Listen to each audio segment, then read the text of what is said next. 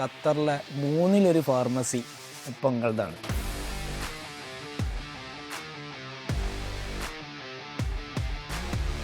സാധാരണ ഒരു ഗവൺമെൻറ് എംപ്ലോയിയുടെ മകനാവുമ്പോൾ എല്ലാം വളരെ കൺട്രോൾഡ് ആണ്. ഉപ്പ വളരെ കൺട്രോൾഡ് ആയിരുന്നു. അത്രയും നേരത്തെ പോയി കോളേജിനൊരു പ്രയാസം ഉണ്ടാക്കരുത് എന്നുള്ളത് കൊണ്ട് ആ സമയം നമ്മൾ തിയേറ്ററിൽ സ്പെൻഡ് ചെയ്യും. Very good. വളരെ വൈകിട്ട് വീട്ടിലേക്ക് എത്തുന്നത് മോശം സ്വഭാവമാണ് എന്നുള്ളത് കൊണ്ട് തന്നെ നമ്മളൊരു അവർ നേരത്തെ ഇറങ്ങുകയും ചെയ്യും. എൻ്റെ ചോരയ്ക്ക് ഇതിനേക്കാൾ ചൂടുണ്ടായിരുന്നു എന്നും ഞാൻ കുറെ കൂടി ഷോർട്ട് ടെമ്പേർഡ് ആയിരുന്നു എന്ന് ഞാൻ തിരിച്ചറിയുന്നുണ്ട്.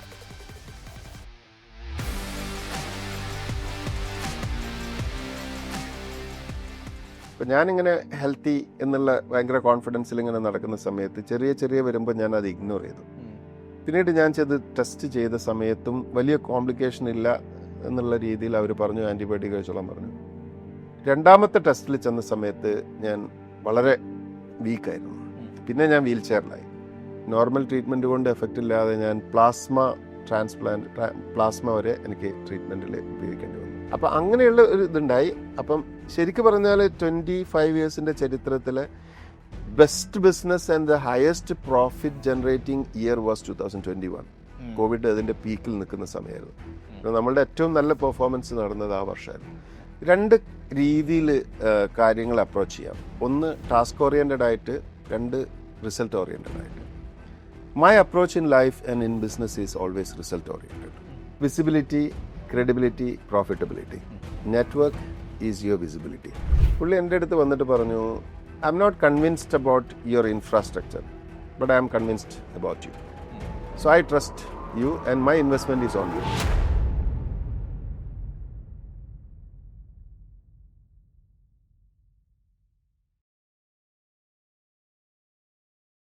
ഈ പോഡ്കാസ്റ്റിന് പുറമെ നമ്മൾ ശരിക്കും എന്താ ചെയ്യുന്നതെന്ന് ചോദിക്കുന്ന കുറേ ഓഡിയൻസ് നമുക്കുണ്ട്.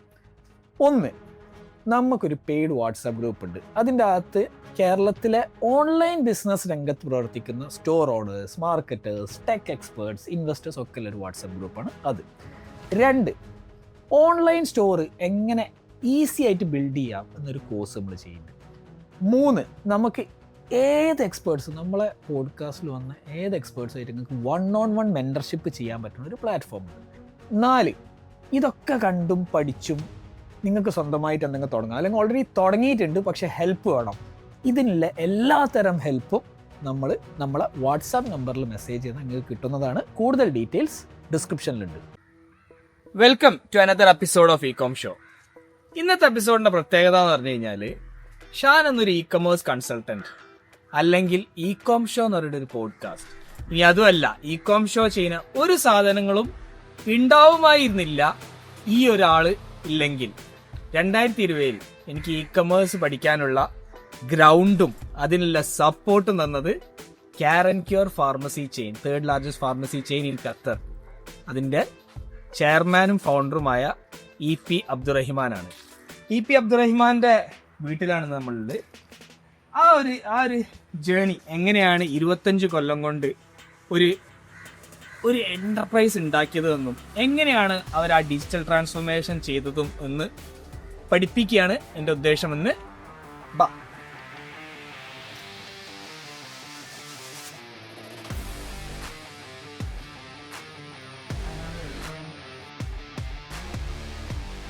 Welcome to ecom show. Thank you. Very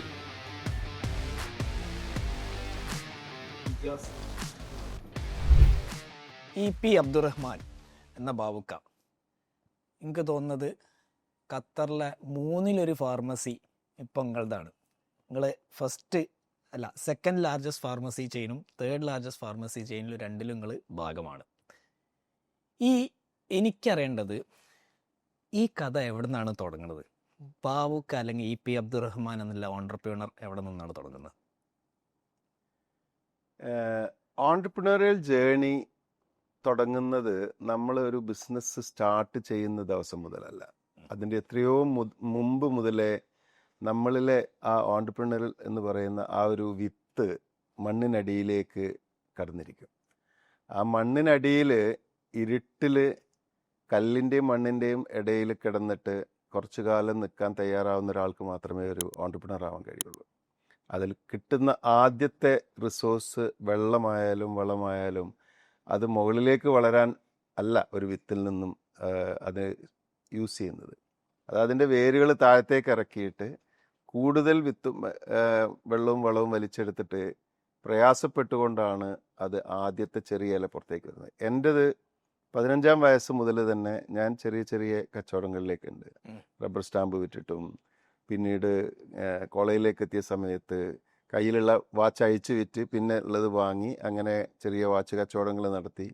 പിന്നീട് ഇലക്ട്രോണിക് ഗുഡ്സ് വാങ്ങി വിൽക്കൽ, ഇതുപോലെ പിന്നെ ഫർണിച്ചറിൻ്റെ പരിപാടികൾ, ഇങ്ങനത്തെ കുറേയേറെ പരിപാടികൾ ഞാൻ ആദ്യമായി ഗൾഫിലേക്ക് 22-ാം വയസ്സിൽ പോകുന്നതിന് മുമ്പായി തന്നെ ഞാനിവിടെ ചെയ്തിട്ടുണ്ട്. ഗൾഫിലേക്ക് ജോലിക്ക് പോയ സമയത്ത് 23-ാം വയസ്സിൽ എൻ്റെ ഉപ്പ മരിച്ചതോട് കൂടിയിട്ട് അതേസമയം ഞാൻ കല്യാണം കഴിക്കുകയും ചെയ്തിരുന്നു, വളരെ നേരത്തെ തന്നെ. അപ്പം റെസ്പോൺസിബിലിറ്റീസ് നമുക്ക് കൂടുന്ന സമയത്ത് നമുക്ക് ഫയർ കുറേ കൂടി കൂടും. അപ്പോൾ എനിക്കതിൻ്റെ ഒരു ബേർഡനായിട്ട് ഒരിക്കലും ഫീൽ ചെയ്തിട്ടില്ല എന്നുള്ളത് കൊണ്ട് തന്നെ അത് ഞാൻ ഒരേ സമയം 3 ജോലികൾ ചെയ്തിട്ടുണ്ട്. അപ്പോൾ ഈ ഒരു ജേണി 15-ാം വയസ്സിൽ തുടങ്ങി. സൈഡ് ഹസിൽസ് കണ്ടിന്യൂസ് ആയിട്ട് കുറേ ഉണ്ടായിരുന്നു. 3 ജോലികൾ ഒരേ സമയം ചെയ്തു. പിന്നീട് ജോലിയുള്ള സമയത്തും സൈഡിലായിട്ട് പല ആക്ടിവിറ്റീസ് ചെയ്തുകൊണ്ടാണ് ഞാൻ പോയിട്ടുള്ളത്. അപ്പോൾ ഈ ഒരു ജേണിയിൽ 2000-ൽ എൻ്റെ 33-ാം വയസ്സിലാണ് കെയർ ആൻഡ് ക്യൂർ എന്ന് പറയുന്ന ഒരു സ്ഥാപനം 2000-ൽ സ്റ്റാർട്ട് ചെയ്യുന്നത്. അതിനു മുമ്പേ ഈ പറയുന്ന സീഡ് മണ്ണിനടിയിലേക്കും പിന്നീട് മുകളിലേക്കും ഒക്കെ വളർന്ന് അത്യാവശ്യം നല്ല രീതിയിലുള്ള ഒരു സംവിധാനം ഉണ്ടാക്കാനുള്ള ഒരു ഫൗണ്ടേഷൻ ആയി കഴിഞ്ഞിരുന്നു. നമ്മൾ 2000-ൽ ഇപ്പം കിടക്കണ്ട, എനിക്ക് കുറച്ചും കൂടി നിങ്ങളെ സ്കൂൾ ലൈഫിനെ കുറിച്ചും കോളേജ് ലൈഫിനെ കുറിച്ചും അറിയണം. കാരണം അവിടെ നിന്നാണല്ലോ ഈ സീഡിൻ്റെ വാട്ടർ കിട്ടിയതും റൂട്ട്സ് ഉണ്ടായതും. സ്കൂൾ ലൈഫിൽ നിങ്ങൾ കുറേ കച്ചവടങ്ങൾ ചെയ്തിട്ടുണ്ട് പറഞ്ഞു, അതെങ്ങനെയായിരുന്നു ആ ഒരു ലൈഫ്? ആക്ച്വലി ഒരു ദിവസം ഉപ്പ ന്യൂസ് പേപ്പറിലൊരു ആഡാണ് എനിക്ക് കാണിച്ചിരുന്നത്. ശിവകാശിയിലുള്ള ഒരു റബ്ബർ സ്റ്റാമ്പ് കമ്പനിക്ക് ഏജന്റുമാരെ ആവശ്യമുണ്ട് എന്നുള്ളൊരു പരസ്യം കാണിച്ചിട്ട് നിനക്ക് വേണമെങ്കിൽ ട്രൈ ചെയ്ത് നോക്കുക എന്ന് പറഞ്ഞു. അപ്പം ഞാൻ സീൽ അപ്പോൾ ഇവര് അന്ന് ഈ സീല് എല്ലാ കമ്പനികളും എല്ലാവരും യൂസ് ചെയ്യുന്നൊരു കാലമാണ്. അപ്പോൾ ആ സീലിന് ഏജന്റുകളെ അവർ അപ്പോയിന്റ് ചെയ്യും. അവരുടെ മൊത്തം പ്രൈസിൻ്റെ 40% ഏജന്റിന് കമ്മീഷനാണ്. നമ്മൾ ഓർഡർ പിടിച്ചിട്ട് അയച്ചു കൊടുക്കുക, അവർ തിരിച്ചു തരും. അപ്പം ഞാൻ ആ ഏജൻസി എടുക്കുകയും നമ്മുടെയൊക്കെ തന്നെ അടുത്ത ബന്ധമുള്ള ആളുകൾ നിങ്ങളെ സ്വന്തം പേരിലൊരു സീല് എന്നൊക്കെ പറഞ്ഞുകൊണ്ട് ഈ ഒരു സംഗതിക്ക് ഏജന്റായിട്ട് കുറച്ച് കാലം നിന്നു. ആ സമയത്താണ് ഇതിങ്ങനെ കുറച്ച് കാശ് കയ്യിൽ ഇങ്ങനെ വരുന്ന സമയത്ത് നമ്മളുടെ പോക്കറ്റ് മണിക്ക് സിനിമ കാണാൻ അതിനെന്തിനൊക്കെ ഇത് ഒരു ഇതാണ്. സാധാരണ ഒരു ഗവൺമെൻറ് എംപ്ലോയിയുടെ മകനാവുമ്പോൾ എല്ലാം വളരെ കൺട്രോൾഡ് ആണ്. ഉപ്പ വളരെ കൺട്രോൾഡ് ആയിരുന്നു. ഈ ഒരു രീതിയിൽ കാശ് വന്നു തുടങ്ങിയപ്പം എന്നാൽ പിന്നെ എന്തെങ്കിലുമൊക്കെ വിൽക്കലും വാങ്ങലും ഒക്കെ എനിക്ക് പറ്റും എന്നുള്ളത് തന്നു. അപ്പോൾ ആളുകളെ കൺവിൻസ് ചെയ്യാനും നെഗോഷിയേറ്റ് ചെയ്യാനും ആളുകളെ നേരിട്ട് ചെന്ന് സംസാരിക്കാനും മുട്ടാനും ഒക്കെയുള്ളൊരു കോൺഫിഡൻസ് ആണ് ഇതിലൂടെ ഞാൻ ആദ്യം നേടിയത്. ഇതൊക്കെ ഞാൻ പിന്നീടാണ് തിരിച്ചറിയുന്നത്. ഇതിലൂടെയാണ് എൻ്റെ നെഗോസിയേഷൻ സ്കിൽ ഇമ്പ്രൂവ് ആകുന്നത്, കമ്മ്യൂണിക്കേഷൻ സ്കിൽ ഇമ്പ്രൂവ് ആകുന്നത്, നെറ്റ്വർക്കിംഗ് സ്കിൽ ഇമ്പ്രൂവ് ആകുന്നത് എന്നുള്ളത്. കോളേജിലേക്ക് എത്തിയ സമയത്ത് ഞാൻ കോളേജിൽ ക്ലാസ് റൂമിൽ സ്പെൻഡ് ചെയ്തതിനേക്കാൾ സമയം ഞാൻ പുറത്താണ് സ്പെൻഡ് ചെയ്തത് എന്നാണ് എനിക്ക് തോന്നിയിട്ടുള്ളത്. ബെസ്റ്റ് ഔട്ട് ഗോയിങ് സ്റ്റുഡന്റ് അല്ലേ? ഔട്ട്സ്റ്റാൻഡിങ് പെർഫോമർ ആയിരുന്നു. ചില സമയത്തൊക്കെ പുറത്ത് നിൽക്കേണ്ടി വന്നിട്ടുണ്ടാവുമല്ലോ. അപ്പോൾ എൻ്റെ ക്ലാസ് ഞങ്ങൾക്ക് ഇവിടുന്ന് ചേന്നമംഗലൂരിൽ നിന്ന് പോകുന്ന സമയത്ത് 1 മണിക്കൂർ മുമ്പേ എത്തുന്ന ബസ്സിലാണ് ഞങ്ങൾക്ക് ഇവിടുന്ന് പോകേണ്ടത്. അങ്ങനെ റെഗുലറായിട്ട് ബസ്സില്ലാത്തൊരു നാടായതുകൊണ്ട് തന്നെ അപ്പം അത്രയും നേരത്തെ പോയി കോളേജിനൊരു പ്രയാസം ഉണ്ടാക്കരുത് എന്നുള്ളത് കൊണ്ട് ആ സമയം നമ്മൾ തിയേറ്ററിൽ സ്പെൻഡ് ചെയ്യും. Very good. അപ്പോൾ ഒരു അവർ കഴിഞ്ഞിട്ടാണ് ഈ നൂൺ ഷോ കഴിയുക. അപ്പോൾ അത് കഴിഞ്ഞിട്ടാണ് നമ്മൾ ക്ലാസ്സിലേക്ക് കയറുന്നത്. പിന്നെ ബസ് ഇരുട്ട് വളരെ വൈകിട്ട് വീട്ടിലേക്ക് എത്തുന്നത് മോശം സ്വഭാവമാണ് എന്നുള്ളത് കൊണ്ട് തന്നെ നമ്മളൊരു അവർ നേരത്തെ ഇറങ്ങുകയും ചെയ്യും. അപ്പം അങ്ങനെ ഉള്ള ആ ഒരു രീതിയിലാണ് കാര്യങ്ങൾ. അന്ന് അറ്റൻഡൻസിന് ഇത്ര പ്രശ്നങ്ങളില്ല.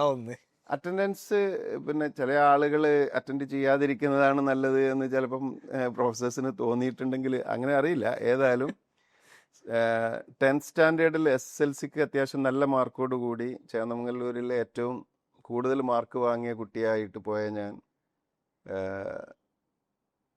3rd ക്ലാസ്സോട് കൂടി പ്രീ ഡിഗ്രി പാസ്സാവുന്നു. ഫാന്റാസ്റ്റിക്. എനിക്കും 82% 10th, 72% 12th, കോളേജിന് ഇറങ്ങിയ 62%. നല്ല അടിക്കടി ഉയർച്ചയായിരുന്നു. പക്ഷേ നമ്മൾ പഠിച്ച പാഠങ്ങൾ എല്ലാം ക്ലാസ് റൂമിലായിരുന്നില്ല എന്നാണ്. ഞാൻ പഠിച്ചിട്ടില്ല എന്നോ അത് ബെനിഫിഷ്യൽ ആയിരുന്നില്ല എന്നോ ഞാൻ കരുതുന്നില്ല.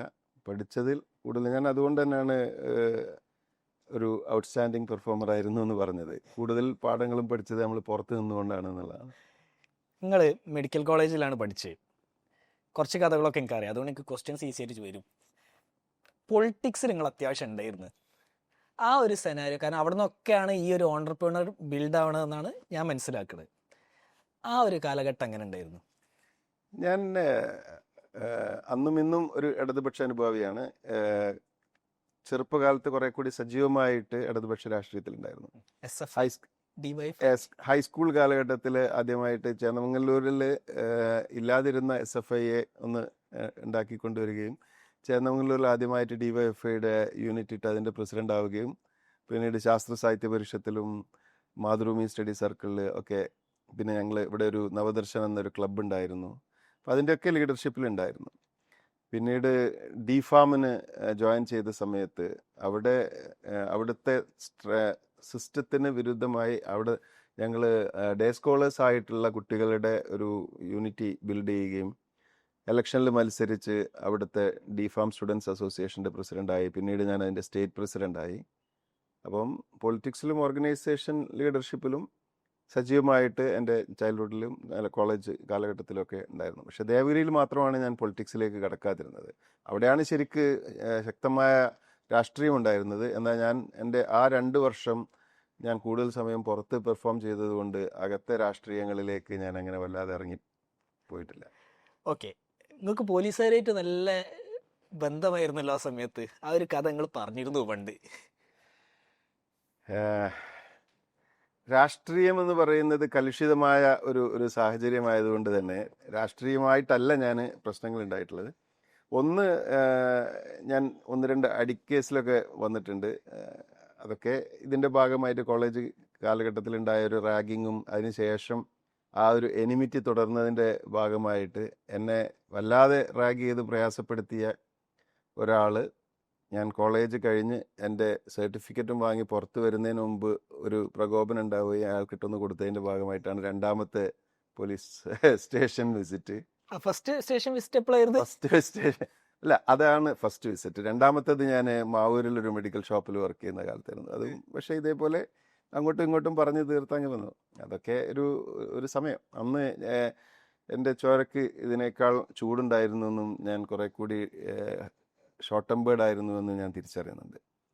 അന്ന് സംസാരിക്കേണ്ട കാര്യങ്ങൾ ഞാൻ ഇപ്പോൾ എൻ്റെ കമ്മ്യൂണിക്കേഷൻ സ്കില്ലിലേക്ക് കടന്നു വരുമ്പോൾ ഞാൻ 5 ഭാര്യമാരും ഒരു ഭർത്താവും എന്നുള്ള ഒരു പോളിസിയാണ് ഞാൻ ഇപ്പം എൻ്റെ ലൈഫിലേക്ക് ഞാൻ പഠിച്ചെടുത്തത്. 5 wives and 1 husband എന്ന് പറയുമ്പോൾ W 5 W'സും 1 H. What, why, when, where, who and then how. അപ്പോൾ നമ്മൾ എന്ത് പറയുന്നു എന്നുള്ളതിൻ്റെ ഇമ്പാക്റ്റ് അല്ലെങ്കിൽ അതിൻ്റെ എഫക്റ്റ് ബാക്കിയുള്ള കാര്യങ്ങളിലാണ്. Why, when, where, who and how. അപ്പോൾ ഒരു കാര്യം തന്നെ പറയുന്ന രീതിയിലും പറയുന്നത് ആരോടാണെന്നും പറയുന്നത് എപ്പോഴാണെന്നും എങ്ങനെയാണെന്നും ഒക്കെ ഉള്ളതിനനുസരിച്ചിരിക്കും അതിൻ്റെ എഫക്റ്റ്. ഈ അറോഗൻസ് എന്ന് പറയുന്നതും അത് പൊളൈറ്റും ആവുന്നത് ഒരേ കാര്യം തന്നെ. ഗെറ്റ് ഔട്ട് എന്ന് പറയുന്നത് അറോഗൻസും could you comment after some time അല്ലെങ്കിൽ കുറച്ച് കഴിഞ്ഞിട്ടാണെങ്കിൽ കുറെ കൂടി നന്നായനെ എന്ന് പറയുന്നതും തമ്മിൽ അതിൻ്റെ ഇമ്പാക്റ്റ് ഡിഫറെൻ്റ് ആണെങ്കിലും ഒരേ കാര്യമാണ് പറയുന്നത്. അപ്പം അന്നത്തെ സമയത്ത് എന്ത് എന്നുള്ളതിന് മാത്രമാണ് ഞാൻ ഇമ്പോർട്ടൻസ് കൊടുത്തിരുന്നത്. ഇപ്പം കുറച്ചുകൂടി ആ കാര്യത്തെക്കുറിച്ച് ചിന്തിക്കുന്നു എന്ന് മാത്രം. എക്സ്പീരിയൻസ് കൂടുന്നതനുസരിച്ച് നമ്മളെ തോട്ട് പ്രോസസ്സുകൾ മാറും. എക്സ്പീരിയൻസ് എന്നുള്ളത് ഞാൻ അത്ര അങ്ങോട്ട് വിശ്വസിക്കുന്നില്ല. കാരണം എക്സ്പീരിയൻസ് എന്ന് പറയുന്നത് വർഷങ്ങൾ കൊണ്ട് നമ്മൾ ഉണ്ടാക്കിയെടുക്കുന്നതാണ്. വർഷങ്ങൾ കഴിഞ്ഞാലും എക്സ്പീരിയൻസ്ഡ് ആയിട്ടുള്ള ഒരാൾ അതേപോലെ തന്നെയോ അതിനേക്കാൾ മോശമായിട്ടോ ബിഹേവ് ചെയ്യുന്നതുണ്ടാവാം. പക്ഷെ അവിടെ വിസ്ഡം എന്നുള്ളതിനാണ് ഞാൻ ഇമ്പോർട്ടൻസ് കൊടുക്കുന്നത്. നോളജും വിസ്ഡവും തമ്മിലുള്ള ഡിഫറൻസ് തന്നെ ഇതാണ്. Knowledge is based on what to say. അപ്പോൾ ചില ആളുകൾ പറയും ഞാൻ മനസ്സിലുള്ളത് ഞാൻ ആരോടും വെട്ടിത്തുറന്ന് എവിടെയും പറയും, ഞാൻ പറയുന്നത് ശരിയാണ്, വാട്ട് ഈസ് കറക്റ്റ്. പക്ഷെ അവിടെ why, when, where, who and how എന്നുള്ളതിന് അവിടെ ഇമ്പോർട്ടൻസ് ഇല്ലാതാകുമ്പോഴാണ് ഈ അറോഗൻസ് വരുന്നത്. മറ്റതാണ് wisdom. Wisdom is 5 Ws and 1 husband. Okay. അപ്പോൾ കോളേജ് ലൈഫിൽ അത്യാവശ്യം അടിപിടി കേസുകളും ഒക്കെ ആയി. എങ്ങനെയാണ് ഈ ഗൾഫിലേക്കുള്ള യാത്ര? ഞാൻ മാവൂരിലൊരു മെഡിക്കൽ ഷോപ്പിലാണ് 2 കൊല്ലം സ്പെൻഡ് ചെയ്തത്. സാധാരണ ഒരു മെഡിക്കൽ ഷോപ്പിലെ ഫാർമസിസ്റ്റ് ആയിട്ടാണ്. അതായത് കോളേജ് കഴിഞ്ഞു നേരെ ഫാർമസിസ്റ്റ് ആയിട്ട് ജോലി ചെയ്യുന്നു. പക്ഷെ ആ ഫാർമസിയിൽ ഉണ്ടായിരുന്ന ഒരു അഡ്വാൻറ്റേജ് എന്ന് പറയുന്നത് അവിടെ കാര്യമായിട്ട് മെഡിസിനും ഇല്ല, കച്ചവടവും ഇല്ല. അപ്പൊ അവരുടെ അടുത്ത് ശമ്പളം തരാനുള്ള കാശും ഇല്ല. അപ്പൊ അവര് പറയും, നീ ലൈസൻസ് ഇവിടെ ഉണ്ട്, ഇടക്കൊക്കെ ഒന്ന് വന്നാൽ മതി, ബാക്കി സമയം നിന്റെ സൗകര്യത്തിന് വന്നാൽ മതി. ഏത് ലൈസൻസ്? ഫാർമസിസ്റ്റ് ലൈസൻസ് ഉണ്ടെങ്കിലേ ഫാർമസി ഓപ്പൺ ചെയ്യാൻ പറ്റുള്ളൂ. അപ്പൊ എന്റെ ലൈസൻസ് അവിടെ പ്രൊഡ്യൂസ് ചെയ്യണം. അപ്പൊ അത് അവിടെ വെച്ചിട്ട് ഞാൻ കുറേ സമയം ഈ ഫർണിച്ചർ കച്ചവടവും ഇലക്ട്രോണിക്സ് കച്ചവടവും ഒക്കെ ആയിട്ട് ഞാൻ പുറത്തായിരിക്കും സ്പെൻഡ് ചെയ്യുക. അപ്പോൾ ഇങ്ങനെയുള്ള ഈ ഒരു സമയത്ത് അവിടെ ഗോളിയോ റയോൺസ് അന്ന് മാവൂരിൽ വളരെ ഒരു ക്രൈസിസിൽ നിൽക്കുന്ന സമയമാണ്. അവിടെ പൊല്യൂഷൻ കാരണം അവിടെ സമരവും ബഹളവും കാര്യങ്ങളൊക്കെയാണ്. എപ്പോഴും ബിർളയുടെ കമ്പനി. അപ്പോൾ ആ സമയത്ത് അവിടെ ഒരുപാട് ആളുകൾ ആ മെഡിക്കൽ ഷോപ്പിൽ വന്നിങ്ങനെ സംസാരിച്ചിരിക്കുന്ന സമയത്ത് ഞാൻ അവിടെ നിന്നുണ്ടായ ഒരു സൗഹൃദത്തിലൂടെയാണ്, അയാളാണ് എനിക്ക് ആദ്യമായിട്ട് UAE-ലേക്കൊരു വിസ അയച്ചു തരുന്നത്. മജീദ് തലങ്ങര എന്ന് പറയുന്ന ഒരു കാസർഗോട്ടുകാരൻ. അയാൾ അന്ന് ഗോളിയോ റയൻസിലെ എംപ്ലോയി ആയിരുന്നു. പുള്ളിയുടെ ത്രൂ ആയിട്ടാണ് ആദ്യമായിട്ട് ഞാൻ ദുബായിലെത്തുന്നത്. ഓക്കെ. ആ ദുബായിലേക്ക് പോകണമെന്ന് നേരത്തെ തീരുമാനിച്ചു, അല്ലെങ്കിൽ ഗൾഫിലേക്ക് പോകണമെന്ന് നേരത്തെ തീരുമാനിച്ചിരുന്നോ? എൻ്റെ യാത്രകളിൽ ലോങ് ടേം പ്ലാനുകളൊന്നുമില്ല. ഞാൻ ഭാവിയിൽ എന്താവണം എന്നുള്ളതിനെ പറ്റിയിട്ട് ഒരു ധാരണയില്ലായിരുന്നു അന്ന്. ഞാനെപ്പോഴും ആലോചിക്കാറ്, ഈ അടുത്തത് എന്ത് എന്ന് സംശയിച്ച് നിൽക്കുന്ന ആളുകളോട് ഞാൻ എൻ്റെ ജീവിതത്തിൽ നോക്കുകയാണെങ്കിൽ ഞാൻ ഈ ഒരു കുതിരയുടെ കഥ പറയും. കുതിര ഒരിക്കലും തന്നെ ഓടുന്നത് ദൂരേക്ക് നോക്കി ഞാൻ എങ്ങോട്ടാണ് ഓടേണ്ടത് എന്നതിലേക്ക് ഫോക്കസ് ചെയ്തുകൊണ്ടല്ല, അതെപ്പോഴും താഴോട്ട് നോക്കിയിട്ടാണ് ഓടുക. തൊട്ട് മുന്നിൽ കാണുന്ന സ്റ്റെപ്പ് എന്താണോ അതെടുക്കുകയും അതിൽ ഫാസ്റ്റായിട്ട് ചെയ്തുകൊണ്ട് ഇങ്ങനെ പോകുന്ന സമയത്ത്, എന്നാൽ നമ്മൾ മനുഷ്യർ ആണ്, ഓണ്ടർപ്രണേഴ്സ് ആണ്, we should foresee things and we should have a forecast about life. പക്ഷെ എന്നാൽ പോലും അങ്ങനെ സംശയിച്ച് നിൽക്കുന്ന ആളുകൾ തൊട്ടടുത്ത സ്റ്റെപ്പ് ഏതാണോ കാണുന്നത് അത് എടുക്കുക എന്നുള്ളതാണ്. എൻ്റെ ലൈഫിൽ ഞാൻ എടുത്തിട്ടുള്ളതൊക്കെ എൻ്റെ മുന്നിൽ കാണുന്നത് എന്താണോ അത് ഗ്രാബ് ചെയ്യുക, ജസ്റ്റ് പ്രൊസീഡ് എന്നുള്ളതാണ്. ഓക്കെ. അപ്പോൾ അങ്ങനെ ഒരു ഓപ്പർച്യൂണിറ്റി വന്നു, നിങ്ങൾ ദുബായിലെത്തി. ഇനി അവിടുന്ന് അങ്ങോട്ടുള്ള കഥ? ദുബായിലാണ് ലാൻഡ് ചെയ്തെങ്കിലും എൻ്റെ ഫസ്റ്റ് ജോബ് റാസൽ കൈമയിലാണ്. ദുബായിൽ വന്നു ഒരു മാസത്തോളം ഞാൻ അവിടെ ഒരു ബാച്ചിലർ റൂമിലുണ്ടായിരുന്നു. ഒരു റൂമിൽ ഞങ്ങൾ 10 പേരടങ്ങുന്നതായിരുന്നു. ഒരു മുക്കം ഹൗസിലാണ് ഞാൻ എത്തിപ്പെടുന്നത്. ഞാനും 14 ആൾക്കാരുടെ റൂമിലായിരുന്നു എത്തിപ്പെട്ട്. ഓക്കെ. അപ്പോൾ അവിടെ നിന്ന് ആദ്യം തന്നെ പഠിക്കുന്നത് സ്വന്തം ബെഡ് ശരിയാക്കല്, നിലം തുടയ്ക്കല്, ബാത്റൂം ക്ലീൻ ചെയ്യാൻ ആഴ്ചയിൽ ഒരു റൊട്ടേഷൻ വരും.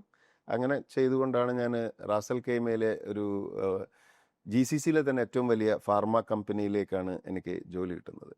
അതിൻ്റെ ക്വാളിറ്റി കൺട്രോൾ ഡിപ്പാർട്ട്മെന്റിൽ ഒരു ഹെൽപ്പറായിട്ടാണ് ജോലിക്ക്. അതായത് നിങ്ങൾക്ക് വിസ തന്നത് കമ്പനിയിലേക്കല്ല, വിസിറ്റ് വിസയിലാണ്. പിന്നീട് അവിടെ ജോലിക്ക് കയറിയ ശേഷം ആണ് അവരുടെ വിസയിലേക്ക് മാറുന്നത്. ഓക്കെ.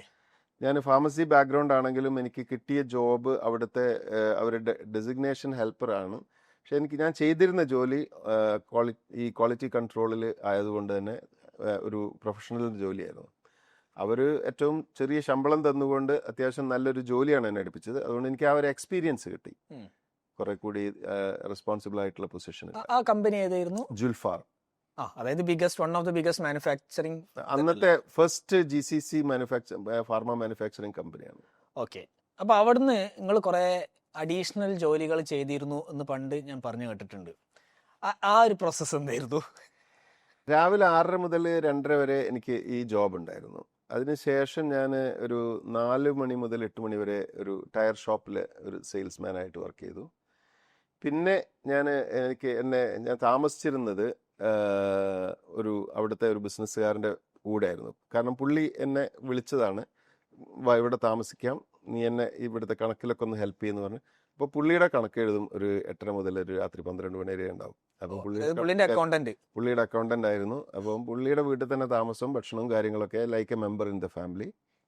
വൈകിട്ടൊരു ജോലി, രാവിലെ ഒരു ഫുൾ ടൈം ജോലി. ഇങ്ങനെ ആണ് എൻ്റെ ലൈഫ് പോയിക്കൊണ്ടിരുന്നത്. ഓക്കെ. പിന്നെ അവിടുന്ന് അങ്ങോട്ടുള്ള എപ്പോഴാണ് അടുത്ത സ്റ്റെപ്പ് എടുക്കുന്നത്?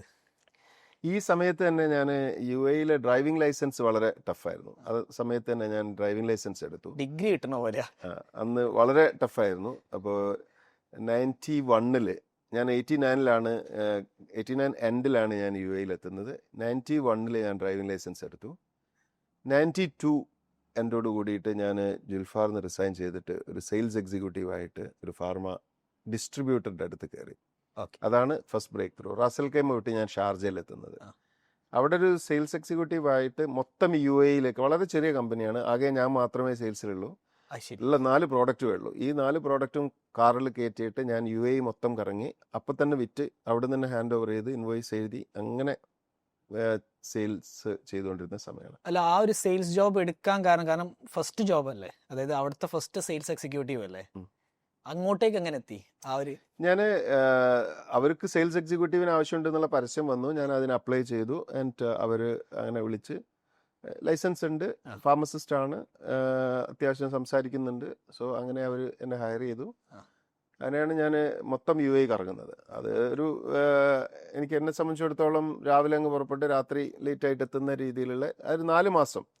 ഈ 4 മാസത്തിനിടയിൽ ഞാൻ മറ്റൊരു ഡിസ്ട്രിബ്യൂട്ടറുടെ ഓഫീസിൽ കയറിയ സ്ഥലത്തു നിന്നാണ് എൻ്റെ നെക്സ്റ്റ് ജോബിലേക്കുള്ള ബ്രേക്ക് ത്രൂ വരുന്നത്. കൂടെ വെച്ച് അത് തന്നെയാണ് സംഭവിച്ചത്. ഞാൻ അവിടെ വെച്ചിട്ട് പരിചയപ്പെട്ടത് സ്വിസ് ഫാർമ കമ്പനി മെഫയുടെ റീജിയണൽ ഡയറക്ടറെയാണ്. അപ്പോൾ പുള്ളി ആക്ച്വലി അതും വളരെ കോയിൻസിഡൻസ് ആണ്. എനിക്ക് ആദ്യം കിട്ടിയ ജോബ് ഓഫർ ആ ഡിസ്ട്രിബ്യൂട്ടറുടെ അടുത്ത് നിന്നായിരുന്നു. പുള്ളി എനിക്ക് ജോബ് തന്നു, ഫോണിലായിരുന്നു ഇൻ്റർവ്യൂ, ജോയിൻ ചെയ്യാൻ പറഞ്ഞു. പക്ഷേ ഞാൻ റിസിഗ്നേഷൻ കൊടുത്തപ്പം കമ്പനി എന്നെ 1 month നോട്ടീസ് പീരീഡിൽ വിട്ടില്ല. എന്നോട് 3 മാസം നോട്ടീസ് പീരീഡ് വേണമെന്ന് പറഞ്ഞു. അപ്പം ഇയാൾ പറഞ്ഞു 3 മാസം വെയിറ്റ് ചെയ്യാൻ പറ്റില്ല എന്ന് പറഞ്ഞിട്ടാണ് ഞാൻ ആ ഒരു ഡ്രൈവ് ത്രൂല് അങ്ങനെ കടന്നു പോകുന്ന സമയത്ത് ഈ ബോർഡ് കണ്ട സമയത്ത് എനിക്ക് ജോബ് ഓഫർ ചെയ്ത ആളുടെ ഓഫീസാണല്ലോ, അയാളെന്ന് ചെന്നൊരു സലാം പറയാമെന്ന് പറഞ്ഞിട്ടാണ് ഞാൻ അവിടെ ചെല്ലുന്നത്. പുള്ളിയുടെ റൂമിൽ ചെന്ന് പുള്ളി എവിടെയെന്ന് ചോദിച്ചു, പുള്ളി അകത്താണെന്ന് പറഞ്ഞാൽ ഇരിക്കാൻ പറഞ്ഞ ആളാണ് ഈ റീജിയണൽ ഡയറക്ടർ. ആ ടൈമിലാണ് അകത്ത് പോയ ആൾ തിരിച്ചു വരുന്നതിനിടയിലാണ് ഞങ്ങൾ പരിചയപ്പെടുന്നതും അവിടെ വെച്ചിട്ട് പുള്ളി മെഡിക്കൽ റെപ്പായിട്ട് ജോലി ചെയ്യാൻ താല്പര്യമുണ്ടോ എന്ന് ചോദിക്കുന്നതും. ഓഫർ ലെറ്റർ ആ സമയത്ത് ഞാൻ ഉണ്ട്, ഏതാ കമ്പനി എന്ന് ചോദിച്ചു, പേര് കേട്ടു, ഫേമസ് കമ്പനി. സോ പുള്ളി പറഞ്ഞു ഓക്കെ, അങ്ങനെയാണെങ്കിൽ വൈകുന്നേരം എന്നെ ഇന്ന സ്ഥലത്ത് വന്ന് കാണുമെന്ന് പറഞ്ഞു. അവിടെ ചെന്നു. പുള്ളി അപ്പം തന്നെ എന്നോട് പറഞ്ഞു ഫോളോ മൈ കാർ എന്ന് പറഞ്ഞ് പുള്ളി നേരെ എന്നെ വീട്ടിലേക്കാണ് കൊണ്ടുപോയത്. അന്ന് 1993 ജാനുവരി 30th ഞാൻ പുള്ളിനെ മീറ്റ് ചെയ്യുന്നത്. 29th എൻ്റെ ഫസ്റ്റ് ബേബി ഉണ്ടാകുന്നത്, ഷാന. The next day. അപ്പോൾ ആ ഒരു ഇതിൽ പുള്ളി എന്നെ ഒരു യൂഷ്വൽ ഇൻ്റർവ്യൂ ഒന്നും ഉണ്ടായിരുന്നില്ല. ജസ്റ്റ് കാഷ്വലായിട്ട് സംസാരിച്ചു, ഫാമിലി കാര്യങ്ങളൊക്കെ സംസാരിച്ചിട്ട് എന്നോട് പറഞ്ഞു ഓക്കെ യു ആർ ഹയർഡ്. പിന്നെ 15 ദിവസത്തിനുള്ളിൽ ഞാൻ ഖത്തറിലെത്തി. ഖത്തറിന് വേണ്ടിയിട്ടായിരുന്നു അവരെന്നെ ഹയർ ചെയ്തത്. അപ്പോൾ ഈ മെഫ എന്ന് പറയുന്ന കമ്പനി UAE-യിൽ വളരെ ആക്റ്റീവായിരുന്നു, പക്ഷെ ഖത്തറിൽ അന്ന് ഇത് ലോഞ്ച് ചെയ്തിട്ടില്ല. അപ്പോൾ എന്നോട് ഖത്തറിൽ ചെന്ന് അവിടെ ഡിസ്ട്രിബ്യൂട്ടർ അപ്പോയിന്റ് ചെയ്തിട്ടുണ്ട്, you go and launch the company. എനിക്ക് പ്രത്യേകിച്ച് ട്രെയിനിങ് ഇല്ല, വേറെ ആരും വരുന്നില്ല ലോഞ്ച് ചെയ്യാൻ. ഞാൻ അവിടെ ചെന്ന് ഈ പാംഫ്ലെറ്റ്സും ബ്രോഷേഴ്സും വായിച്ചു പഠിച്ച് നേരെ മാർക്കറ്റിലേക്ക് അങ്ങ് ഇറങ്ങി ആ കമ്പനി സ്റ്റാർട്ട് ചെയ്തതാണ്. അപ്പോൾ ഫാമിലി നിങ്ങളെ കൂടെ ഉണ്ടായിരുന്നോ അല്ലെങ്കിൽ നാട്ടിലായിരുന്നോ? ഫാമിലി നാട്ടിലായിരുന്നു. ഫാമിലി എന്നെ അടുത്ത് ജോയിൻ ചെയ്യുന്നത് ആഫ്റ്റർ ഓൾമോസ്റ്റ് 6-7 months. അതേ ഖത്തറിൽ പോയതിന് ശേഷം. ഓക്കെ. അപ്പോൾ ബേസിക്കലി നിങ്ങൾക്ക് കാര്യമായിട്ട് ട്രെയിനിങ് ഒന്നുമില്ല, സംസാരിക്കാൻ അറിയാം, അത്യാവശ്യം നാട്ടിൽ കച്ചവടം ചെയ്തിട്ടുണ്ട്, അങ്ങനെ ഖത്തറിലേക്ക് വണ്ടി കയറുന്നു. ഇനി ഖത്തറിൽ എത്തിയിട്ടുള്ള കഥ എങ്ങനെയാണ്? ഖത്തറിൽ നിങ്ങൾക്ക് ആരും അറിയില്ലല്ലോ. ഖത്തറിൽ ഒന്ന് എനിക്ക് ബന്ധുക്കളുണ്ട്, ഫ്രണ്ട്സ് ഉണ്ട്. അപ്പോൾ അവരാണ് എന്നെ വന്ന് എയർപോർട്ടിൽ കൂട്ടുന്നത്. ഞാൻ ഫസ്റ്റ് ലാൻഡ് ചെയ്യുന്ന സമയത്ത് PK റസാഖ് ചേന്നമംഗലൂർ, പുള്ളി അന്ന് അവിടെ തന്നെ ഒരു ബിസിനസ്സുകാരനാണ്, പുള്ളിയും ഒക്കെയാണ് വന്നിട്ട് എന്നെ സ്വീകരിക്കുന്നതൊക്കെ. അപ്പം നാട്ടുകാരും ബന്ധുക്കളും ഉള്ളതുകൊണ്ട് തന്നെ എനിക്ക് വളരെ ഹോംലി ആയിരുന്നു. വർക്ക് പ്ലേസിലാണെങ്കിൽ ഞങ്ങൾക്ക് മെഫ ആൾറെഡി അവിടെ ഒരു ഡിസ്ട്രിബ്യൂട്ടർ അപ്പോയിന്റ് ചെയ്തിട്ടുണ്ട്. അപ്പോൾ അവരുടെ അടുത്താണ് പ്രോഡക്റ്റ് സ്റ്റോക്കും കാര്യങ്ങളും ഉള്ളത്. അപ്പോൾ അവർ അവിടുന്ന് ഒരാളെ എന്നെ ഹെൽപ്പ് ചെയ്യാൻ വേണ്ടിയിട്ട് അവിടെയുള്ള ഒരു സെയിൽസ് എക്സിക്യൂട്ടീവിനെ ഏർപ്പാടാക്കി. പുള്ളി എന്നെ കൊണ്ടു നടക്കും, സ്ഥലങ്ങൾ കാണിച്ചു തരും, അങ്ങനെ പരിചയപ്പെടുത്തി. ഞാൻ ദുബായിൽ നിന്ന് പോകുന്ന സമയത്ത് തന്നെ ഒരു കാർ ഓടിച്ചുകൊണ്ടാണ് പോയത്. അവിടെ ചെന്ന് അവിടെ എനിക്ക് ഡ്രൈവിംഗ് ലൈസൻസ് ഇല്ല, UAE ലൈസൻസ് ഉണ്ട്, പക്ഷേ ഖത്തർ ഡ്രൈവിംഗ് ലൈസൻസ് ഇല്ല. അപ്പോൾ ഖത്തർ ഡ്രൈവിംഗ് ലൈസൻസിന് ഞാൻ അവിടെ പോയിട്ട് ലൈസൻസ് എടുക്കണം. പക്ഷേ UAE ലൈസൻസ് വെച്ചിട്ട് അവിടെ ഓടിക്കാൻ പറ്റില്ല, അവിടെ വിസ അടിച്ചു കഴിഞ്ഞാൽ പിന്നെ ഓടിക്കാൻ പറ്റില്ല. അപ്പോൾ അങ്ങനെ വന്നു കഴിഞ്ഞപ്പോൾ ഞാൻ ലൈസൻസ് എടുക്കാനുള്ള ഡ്രൈവിംഗ് സ്കൂളിലേക്ക് ഞാൻ കാർ ഓടിച്ചിട്ടാണ് പോവാം. അത് പുറത്ത് വെച്ചിട്ട് ഞാൻ അകത്ത് പോയി ഡ്രൈവിംഗ് ക്ലാസ് അറ്റൻഡ് ചെയ്യും. എന്നിട്ട് കാരണം അവിടുത്തെ ഡ്രൈവിംഗ് ടെസ്റ്റുകൾ ഡിഫറെൻ്റ് ആണ്. അങ്ങനെ അവിടെ ഡ്രൈവിംഗ് ലൈസൻസ് എടുത്തു. അതിനുശേഷം പിന്നെ വളരെ ഓക്കെ. അപ്പം ഇനി മെഫയിലത്തെ ആ ജോലി ഇൻ ഖത്തർ, അതെങ്ങനെയായിരുന്നു? ആ ഒരു പ്രോസസ്സ് എത്ര കൊല്ലത്തോളം പോയി, പിന്നെ എങ്ങനെയാണ് നിങ്ങൾ ബിസിനസ്സിലേക്ക് ഇറങ്ങണത്? 93 മുതൽ 2006 വരെ 14 വർഷം ഞാൻ മെഫയിൽ വർക്ക് ചെയ്തിട്ടുണ്ട്. ഈ 14 വർഷത്തിൽ കൂടുതൽ സമയവും മെഫയിലെ ഫുൾ ടൈം ജോബിന് പുറമെ ഞാൻ സൈഡ് ബിസിനസ്സുകളും ചെയ്തിട്ടുണ്ട്. ഫസ്റ്റ് ഞാൻ ചെയ്ത സൈഡ് ബിസിനസ് സ്റ്റേഷനറീസ് ആണ്, ഓഫീസ് സ്റ്റേഷനറി. അപ്പോൾ ഞാൻ പി കെ റസാഖ് സാഹിബിൻ്റെ വീട്ടിൽ നിന്ന് തന്നെ പരിചയപ്പെട്ട ഒരു സുബൈർ ഹാജി ഉണ്ടായിരുന്നു. പുള്ളി UAE ഉള്ള ആളായിരുന്നു. അപ്പം എന്നോട് പറഞ്ഞു, ഞാൻ ദുബായിൽ നിന്ന് സാധനം അയച്ചു തരാം, നീ എനിക്കൊരു പെർസെൻറ്റേജ് തന്നാൽ മതി. അങ്ങനെ പുള്ളി എനിക്ക് അയച്ചു തരുന്ന സാധനങ്ങൾ ഞാൻ ഓരോ ഓഫീസുകളിലും കടകളിലും കൊണ്ട് മാർക്കറ്റ് ചെയ്തു. അങ്ങനെ വിൽക്കാൻ പോയ ഒരു കക്ഷിയാണ് മുക്താർ കെ. പിന്നീട് എൻ്റെ വെൽകെയർ ചെയർമാനായ മുക്താർ കെ. ഞാൻ അവിടെ നിന്നാണ് പരിചയപ്പെടുന്നത്, ഈ ഓഫീസ് സ്റ്റേഷനറീസ് ഇൻട്രൊഡ്യൂസ് ചെയ്ത്. ഇതേ സമയം അതുപോലെ തന്നെ ഒരു ഫാർമസിയിൽ വർക്ക് ചെയ്തുകൊണ്ടിരുന്ന അഷ്റഫാണ് വെൽകെയറിൻ്റെ MD ആയ ഇപ്പം ഞങ്ങൾ വെൽകെയർ ഗ്രൂപ്പായി മാറുന്നത്. അപ്പോൾ ഈ സമയത്ത് ഈ സ്റ്റേഷനറി ബിസിനസ് കുറച്ചു കാലം ചെയ്തു. അതിനുശേഷം അഷ്റഫാണ് എൻ്റെ അടുത്ത് ഈ കൺസ്ട്രക്ഷൻ സൈറ്റുകളിലേക്ക് മെഡിസിനും കൺസ്യൂമബിൾസും ഒക്കെ സപ്ലൈ ചെയ്യാനുള്ള ഒരു ഓപ്പർച്യൂണിറ്റിയെ കുറിച്ച് പറയുന്നത്. ഞങ്ങൾ രണ്ടുപേരും ഒരുമിച്ചാണ് ഈ കൺസ്ട്രക്ഷൻ സൈറ്റിലേക്കുള്ള സാധനങ്ങൾ സപ്ലൈ ചെയ്ത് തുടങ്ങുന്നത്. അഷ്റഫും വേറെ ഫാർമസിയിൽ വർക്ക് ചെയ്യുന്നു, ഞാൻ മെഡിക്കൽ റെപ്പായിട്ട് വർക്ക് ചെയ്യുന്നു. ഞങ്ങൾ ഫ്രണ്ട്സാണ്. ഞങ്ങൾ രണ്ടുപേരും ചേർന്നുകൊണ്ട് ഈ സപ്ലൈകൾ തുടങ്ങുന്നു. അതിൽ നിന്നും ജനറേറ്റ് ചെയ്ത കുറച്ച് ഫണ്ട് ഉപയോഗിച്ചിട്ടാണ് ഞങ്ങൾ വെൽകെയറിന്റെ ആദ്യത്തെ ഫാർമസിയായ അർഫ ഫാർമസി സ്റ്റാർട്ട് ചെയ്യുന്നത്. അപ്പൊ ആദ്യം വെൽകെയറിന്റെ ഫാർമസിയാണ് ഓപ്പൺ ചെയ്യുന്നത്. 2000 തന്നെയാണ് അതും സ്റ്റാർട്ട് ചെയ്യുന്നത്. അത് ആദ്യം തുടങ്ങി മാസങ്ങൾക്കുള്ളിലാണ് കെയർ ആൻഡ് ക്യൂറിന്റെ ഫസ്റ്റ് ബ്രാഞ്ച് വരുന്നത്. അപ്പോൾ വെൽകെയറിന്റെ ഫസ്റ്റ് ഫാർമസി ഞാനും അഷ്റഫും തുടങ്ങാൻ വേണ്ടി പ്ലാൻ ചെയ്ത് ഞങ്ങൾ രണ്ടുപേരും ഈ ലൊക്കേഷൻ അന്വേഷിച്ച് നടക്കുന്ന സമയത്ത് ഒരു സ്പേസ് കിട്ടുന്നു. അതൊരു വലിയ സ്പേസ് ആയിരുന്നു.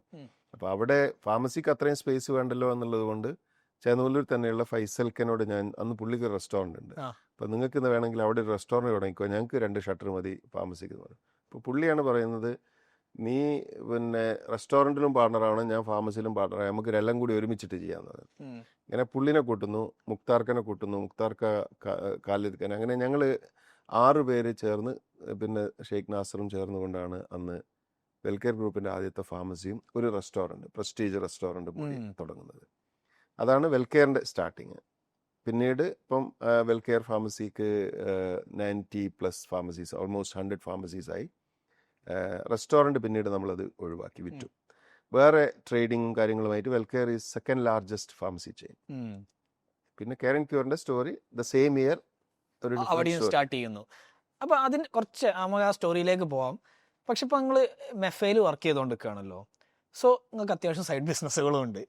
ഈ ഗൾഫിലാണ് ഇത് അത്ര ഈസി ആയിട്ട് എക്സിക്യൂട്ട് ചെയ്യാൻ പറ്റും. അതെങ്ങനെയാണ് ആ സമയത്ത് മാനേജ് ചെയ്യുന്നത്? ഇപ്പം പോരാത്തിന് ഫാമിലിയും ഗൾഫിലുണ്ട് അല്ലേ, ഇതെല്ലാം കൂടി എങ്ങനെയാണ് മാനേജ് ചെയ്യുന്നത്? എന്നെ സംബന്ധിച്ചിടത്തോളം എൻ്റെ ഒരു അപ്രോച്ച് എന്നുണ്ടായിരുന്നത്, നമ്മൾ സാധാരണ 80-20 പറയാറുണ്ട്. 80% of the business comes from 20% of customers എന്നുള്ള ആ ഒരു പോളിസി. അതേപോലെ തന്നെ 80% of the business come from 20% of products.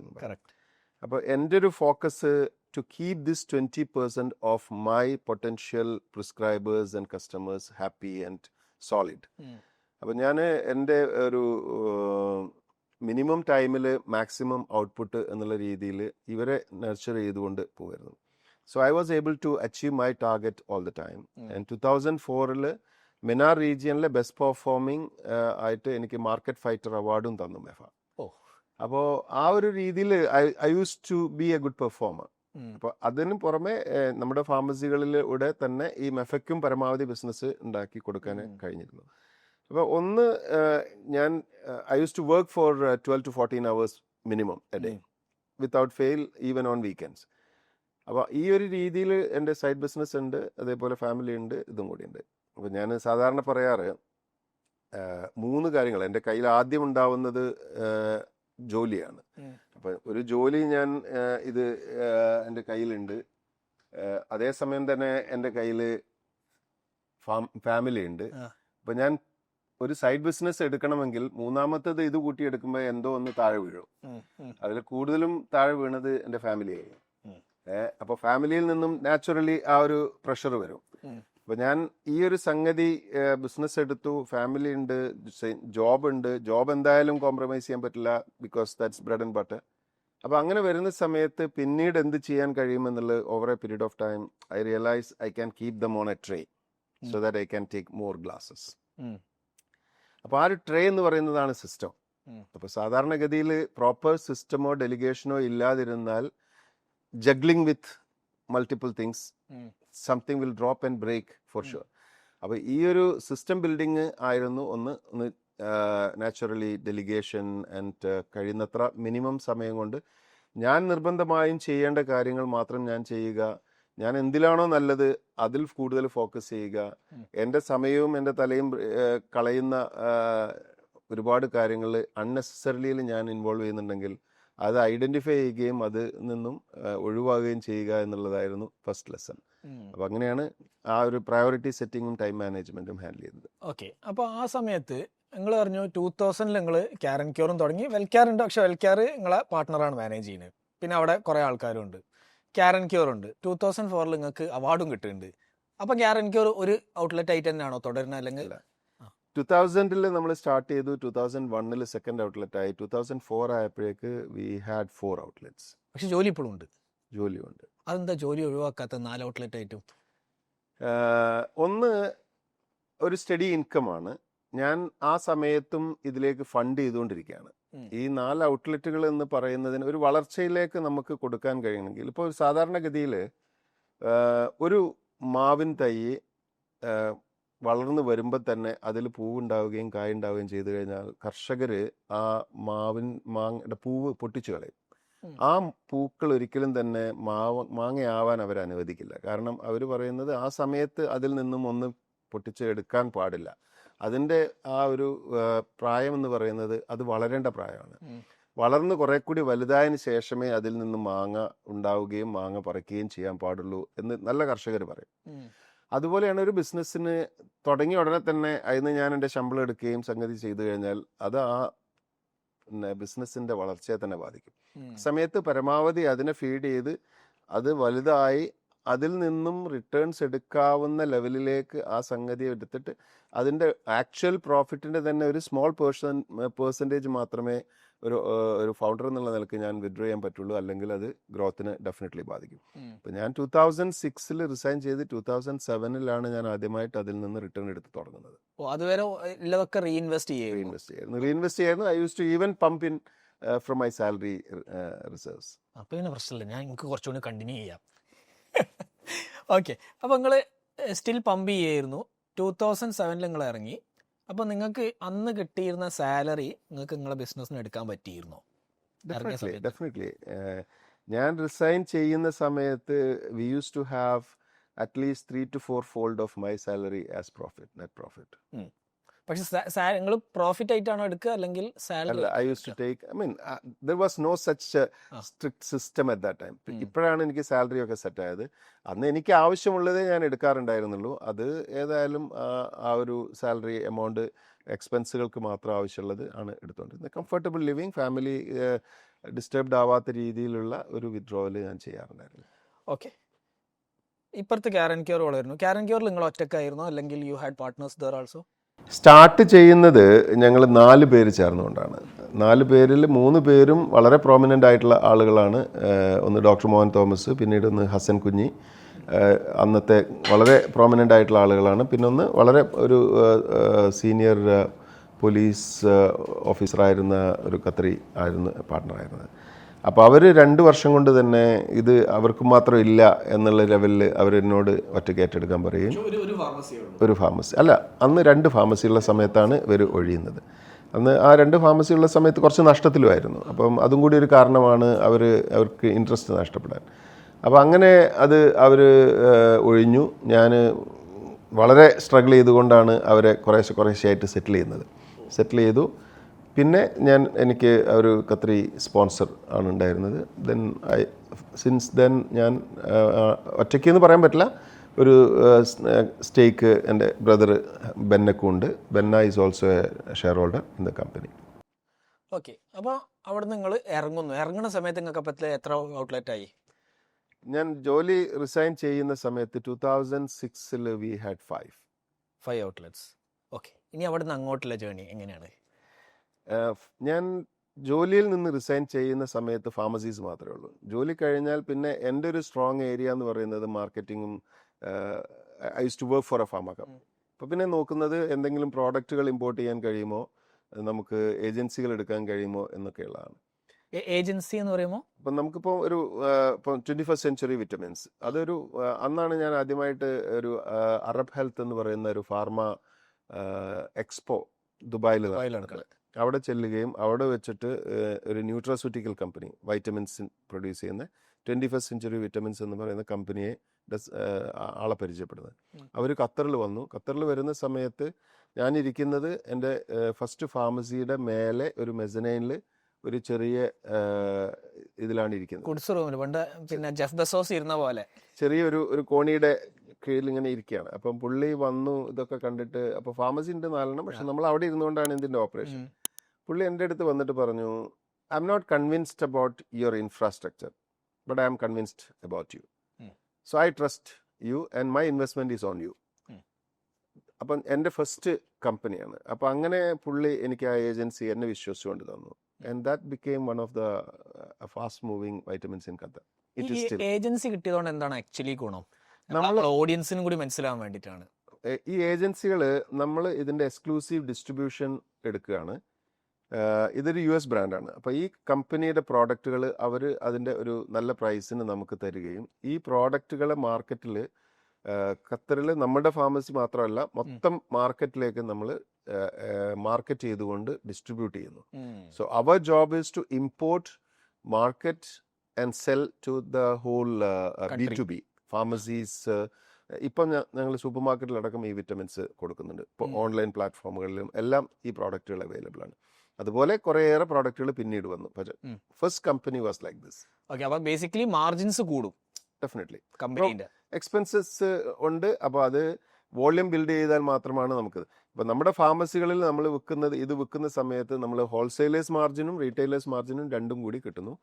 പിന്നെ അതിന് പുറമെ നമ്മൾ പുറത്തുള്ള ഫാർമസികളിലേക്കും കൂടി ഇത് വിൽക്കുന്നു. അപ്പം തുടങ്ങാൻ വേണ്ടിയിട്ട് നിങ്ങൾക്ക് ഓൾറെഡി ഒരു ഡിസ്ട്രിബ്യൂഷൻ ചാനൽ ഉണ്ട് നിങ്ങളുടെ ഫാർമസീസിന്. അവിടെ കച്ചവടം തുടങ്ങാം and then you distribute to other areas also. Exactly.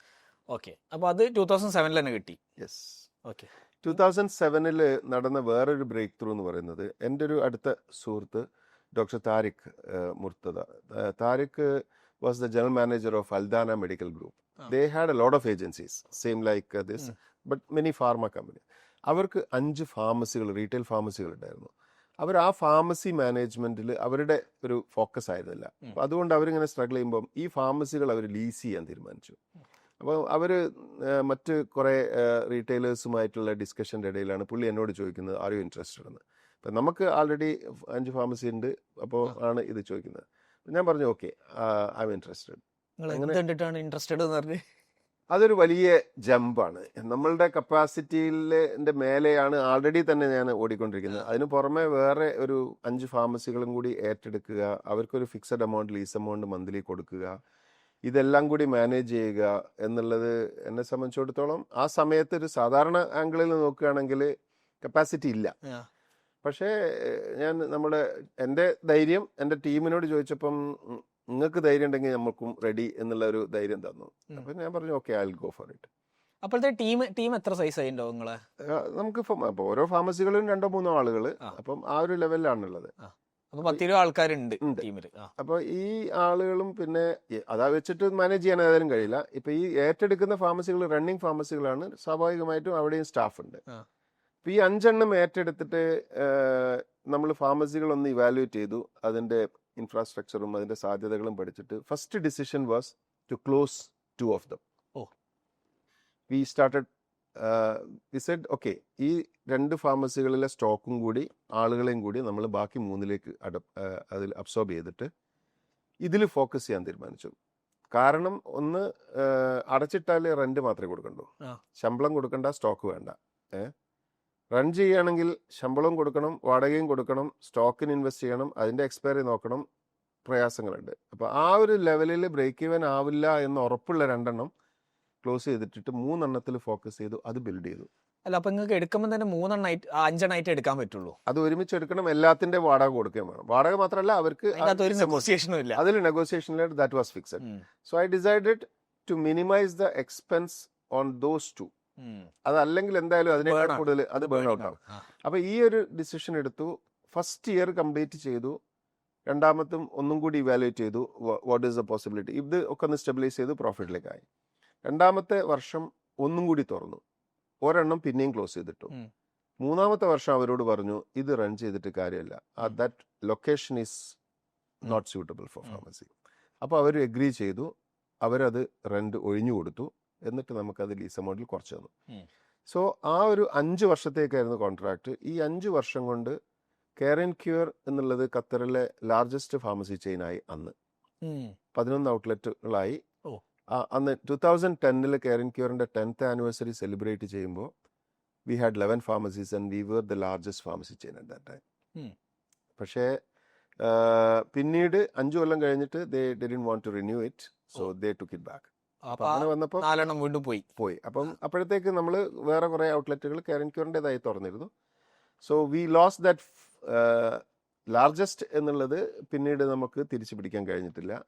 So we are the 3rd largest now. Okay, ഇപ്പൊ ഏത് വർഷം എത്തിയിട്ടുണ്ടോ? ഇപ്പൊ ഏകദേശം ഇപ്പൊ പറഞ്ഞിട്ട് 2015-16 ആയോ? 2010 കഴിഞ്ഞു. നമ്മൾ റിട്ടേൺ ചെയ്യുന്നത് 2012 അൽദാനയുടെ ഫാർമസീസ് റിട്ടേൺ ചെയ്യുന്നത്. And we started growing. 2015 we celebrated our 15th anniversary. Now 25 we are celebrating our 25th anniversary. Okay, അപ്പൊ 15th ആനിവേഴ്സറി സെലിബ്രേറ്റ് ചെയ്യുമ്പോഴത്തേക്ക് എത്ര ഔട്ട്ലെറ്റ് ആയി വീണ്ടും? I think we were more than 25. More than 25.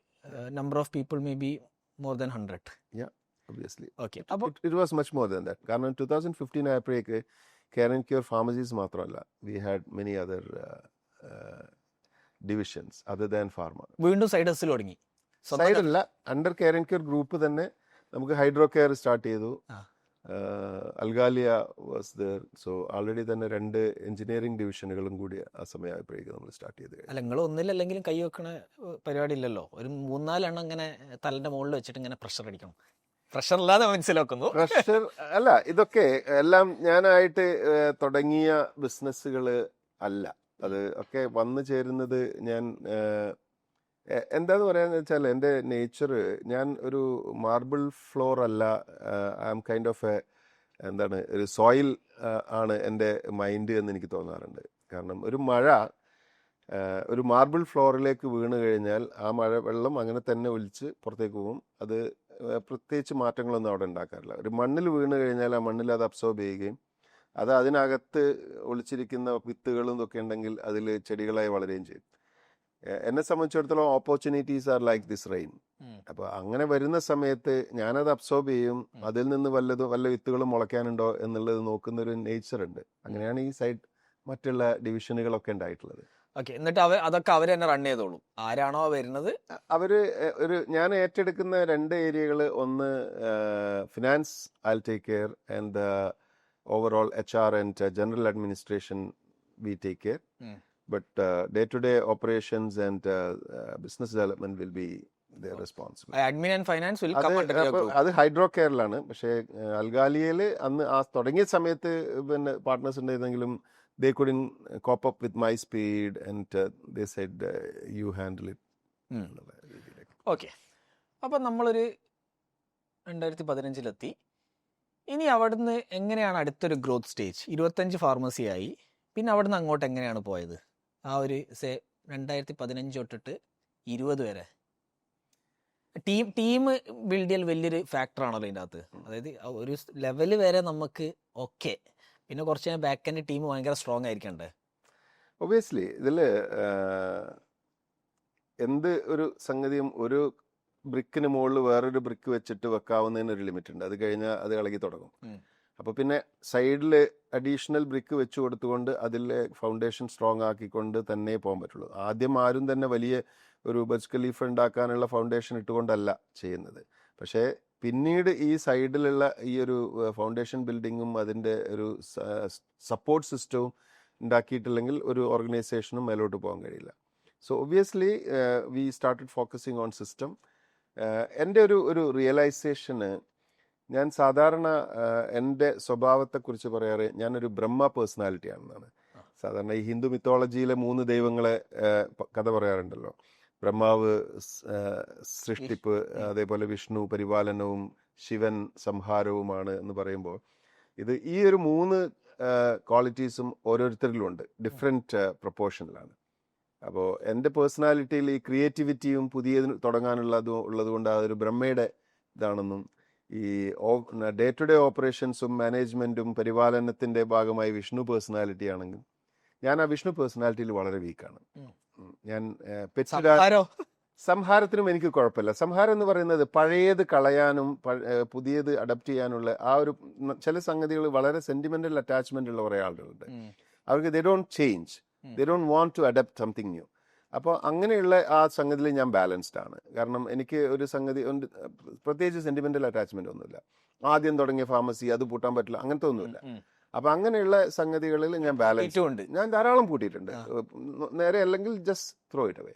അപ്പോൾ അത് ഇപ്പം വണ്ടി ആയാലും പിന്നെ മെറ്റീരിയൽസിനോട് അങ്ങനെ ആ സംഗതി വല്ലാത്ത അറ്റാച്ച്മെന്റ് ഒന്നുമില്ല. അപ്പം എൻ്റെ വീക്ക് ഏരിയ എന്ന് പറയുന്നത് ഈ വിഷ്ണുവിൻ്റെ ഏരിയയാണ്. അതുകൊണ്ട് ഞാൻ റിയലൈസ് ചെയ്തു എൻ്റെ കൂടുതൽ സമയവും എൻ്റെ തലയും തിന്നുന്നത് ഈ വിഷ്ണു പാർട്ടാണ്. അവിടെ അതിൽ സ്ട്രോങ് ആയിട്ടുള്ള ഒരാളെ ഐഡന്റിഫൈ ചെയ്ത് അത് ഹാൻഡ് ഓവർ ചെയ്യുക എന്നുള്ളതായിരുന്നു എൻ്റെ ഫസ്റ്റ് ടാസ്ക്. അങ്ങനെയാണ് ഉസാമ കെയർ ആൻഡ് ക്യൂറിൽ അക്കൗണ്ടൻ്റ് ആയിട്ട് നേരത്തെ എന്നെ പാർട്ട് ടൈം ആയിട്ട് ഹെൽപ്പ് ചെയ്തിരുന്ന സമയം ഞാൻ അവന് ഗൾഫ് വിട്ടു, ഖത്തർ വിട്ട് നാട്ടിൽ സെറ്റിൽ ചെയ്ത് അവനെ പിടിച്ചു വലിച്ചു കൊണ്ടുവന്ന് ആ പാർട്ട് ഓപ്പറേഷൻസ് പാർട്ട് ഏൽപ്പിക്കുന്നതും. And he is now the director of care and cure. അപ്പോൾ ആ ഒരു രീതിയിലാണ് അതിൻ്റെ ഒരു major part. So I could focus more on newer things. അപ്പോഴാണ് ഈ പുതിയത് ഇങ്ങനെ കാണുകയും അതിൽ ഇൻട്രസ്റ്റഡ് ആയി മാറുകയും അത് പിടിച്ച് പറഞ്ഞല്ലോ എക്സ്ട്രാ ചെയ്യാതിരുന്നാൽ എനിക്ക് കിട്ടൂല. ഓക്കെ, ഇനി നമുക്ക് നമ്മളെ മേജർ പാർട്ടിലേക്ക് വരാം. കോവിഡ് ഇതൊരു മേജർ എന്നെ സംബന്ധിച്ചിടത്തോളം ഭയങ്കര ബ്രേക്ക് ത്രൂ ആയിരുന്നു. നിങ്ങൾ ആ ലൈഫിൽ അത് എങ്ങനെയാണ് മാറ്റിമറിച്ച് ബിസിനസ് ലൈഫ്? കോവിഡ് 2-3 കാര്യങ്ങളുണ്ട്. അതിൽ എൻ്റെ ഒരു പേഴ്സണൽ പാർട്ടുണ്ട്, ബിസിനസ് പാർട്ടുണ്ട്, പിന്നെ സോഷ്യൽ പാർട്ടുണ്ട്. പേഴ്സണലി ഞാൻ കാര്യമായിട്ട് ഒരു തിരിച്ചറിവ് വന്ന ഒരു കാരണം, എൻ്റെ ഫാമിലിയിൽ മിക്കവാറും എല്ലാവർക്കും കോവിഡ് വന്നു. കോവിഡ് വന്നു കഴിഞ്ഞാൽ ഖത്തറിൽ ആ സമയത്ത് one of the best care എല്ലാവർക്കും അവിടുത്തെ നാഷണൽസിനും എക്സ്പാട്രിയേറ്റ്സിനും കൊടുത്ത ഒരു രാജ്യമാണ് ഖത്തർ.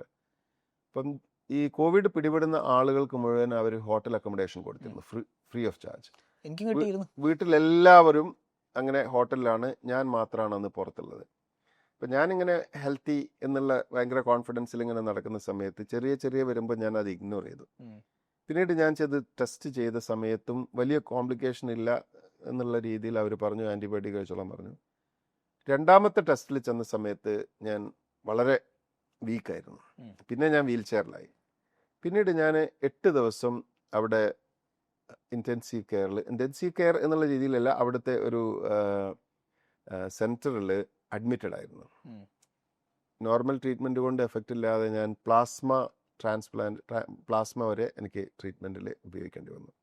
ഞാൻ ആ 8 ദിവസം ഞാൻ ഒറ്റയ്ക്ക് ഐസൊലേറ്റഡ് ആയിട്ട് ഒരു റൂമിനകത്ത് ഇരുന്ന് ഒരു രാത്രിയിൽ കണ്ടിന്യൂസ് ആയിട്ട് എൻ്റെ മോണിറ്ററിൽ ഇതിൻ്റെ അലാം വന്നു. നോക്കുന്ന സമയത്ത് എൻ്റെ പൾസ് റേറ്റ് ബിലോ 50 വന്നിട്ടുണ്ട്. ബിലോ 50 വന്നപ്പോഴാണ് ഈ അലാർ അടിക്കുന്നത്. ഇപ്പോൾ രാത്രി പാതിരയ്ക്ക് ഈ അലാർ അടിച്ചു. നഴ്സ് വന്ന് നോക്കി, രാവിലെ കാർഡിയോളജിസ്റ്റ് വരുമെന്ന് പറഞ്ഞു. എന്തോ എനിക്ക് വലിയൊരു സ്ട്രെസ്സൊന്നും വന്നില്ല. ഞാൻ കുറച്ച് കഴിഞ്ഞ് ഞാൻ കിടന്നുറങ്ങി. എൻ്റെ മൈൻഡ് റിലാക്സ്ഡ് ആയപ്പം ഈ സൗണ്ട് നിന്നു. പിറ്റേന്ന് രാവിലെ അവർ വന്ന് നോക്കി, വലിയ കുഴപ്പമില്ല, കാർഡിയോളജിസ്റ്റ് വരേണ്ട ആവശ്യമില്ല എന്ന് പറഞ്ഞു. Then I just came out. അപ്പോൾ എനിക്കുണ്ടായ ഒരു സംഗതി, കുറേ സക്സസ് അച്ചീവ്മെൻറ്റ് സംഗതികളിൽ ഒരു തിരിഞ്ഞു നോട്ടം, തലക്കകത്ത് കയറിയ പല സാധനങ്ങൾ ഇറങ്ങിപ്പോയി. അങ്ങനെയുള്ള ഒരു ഗുണം അതുണ്ടായി.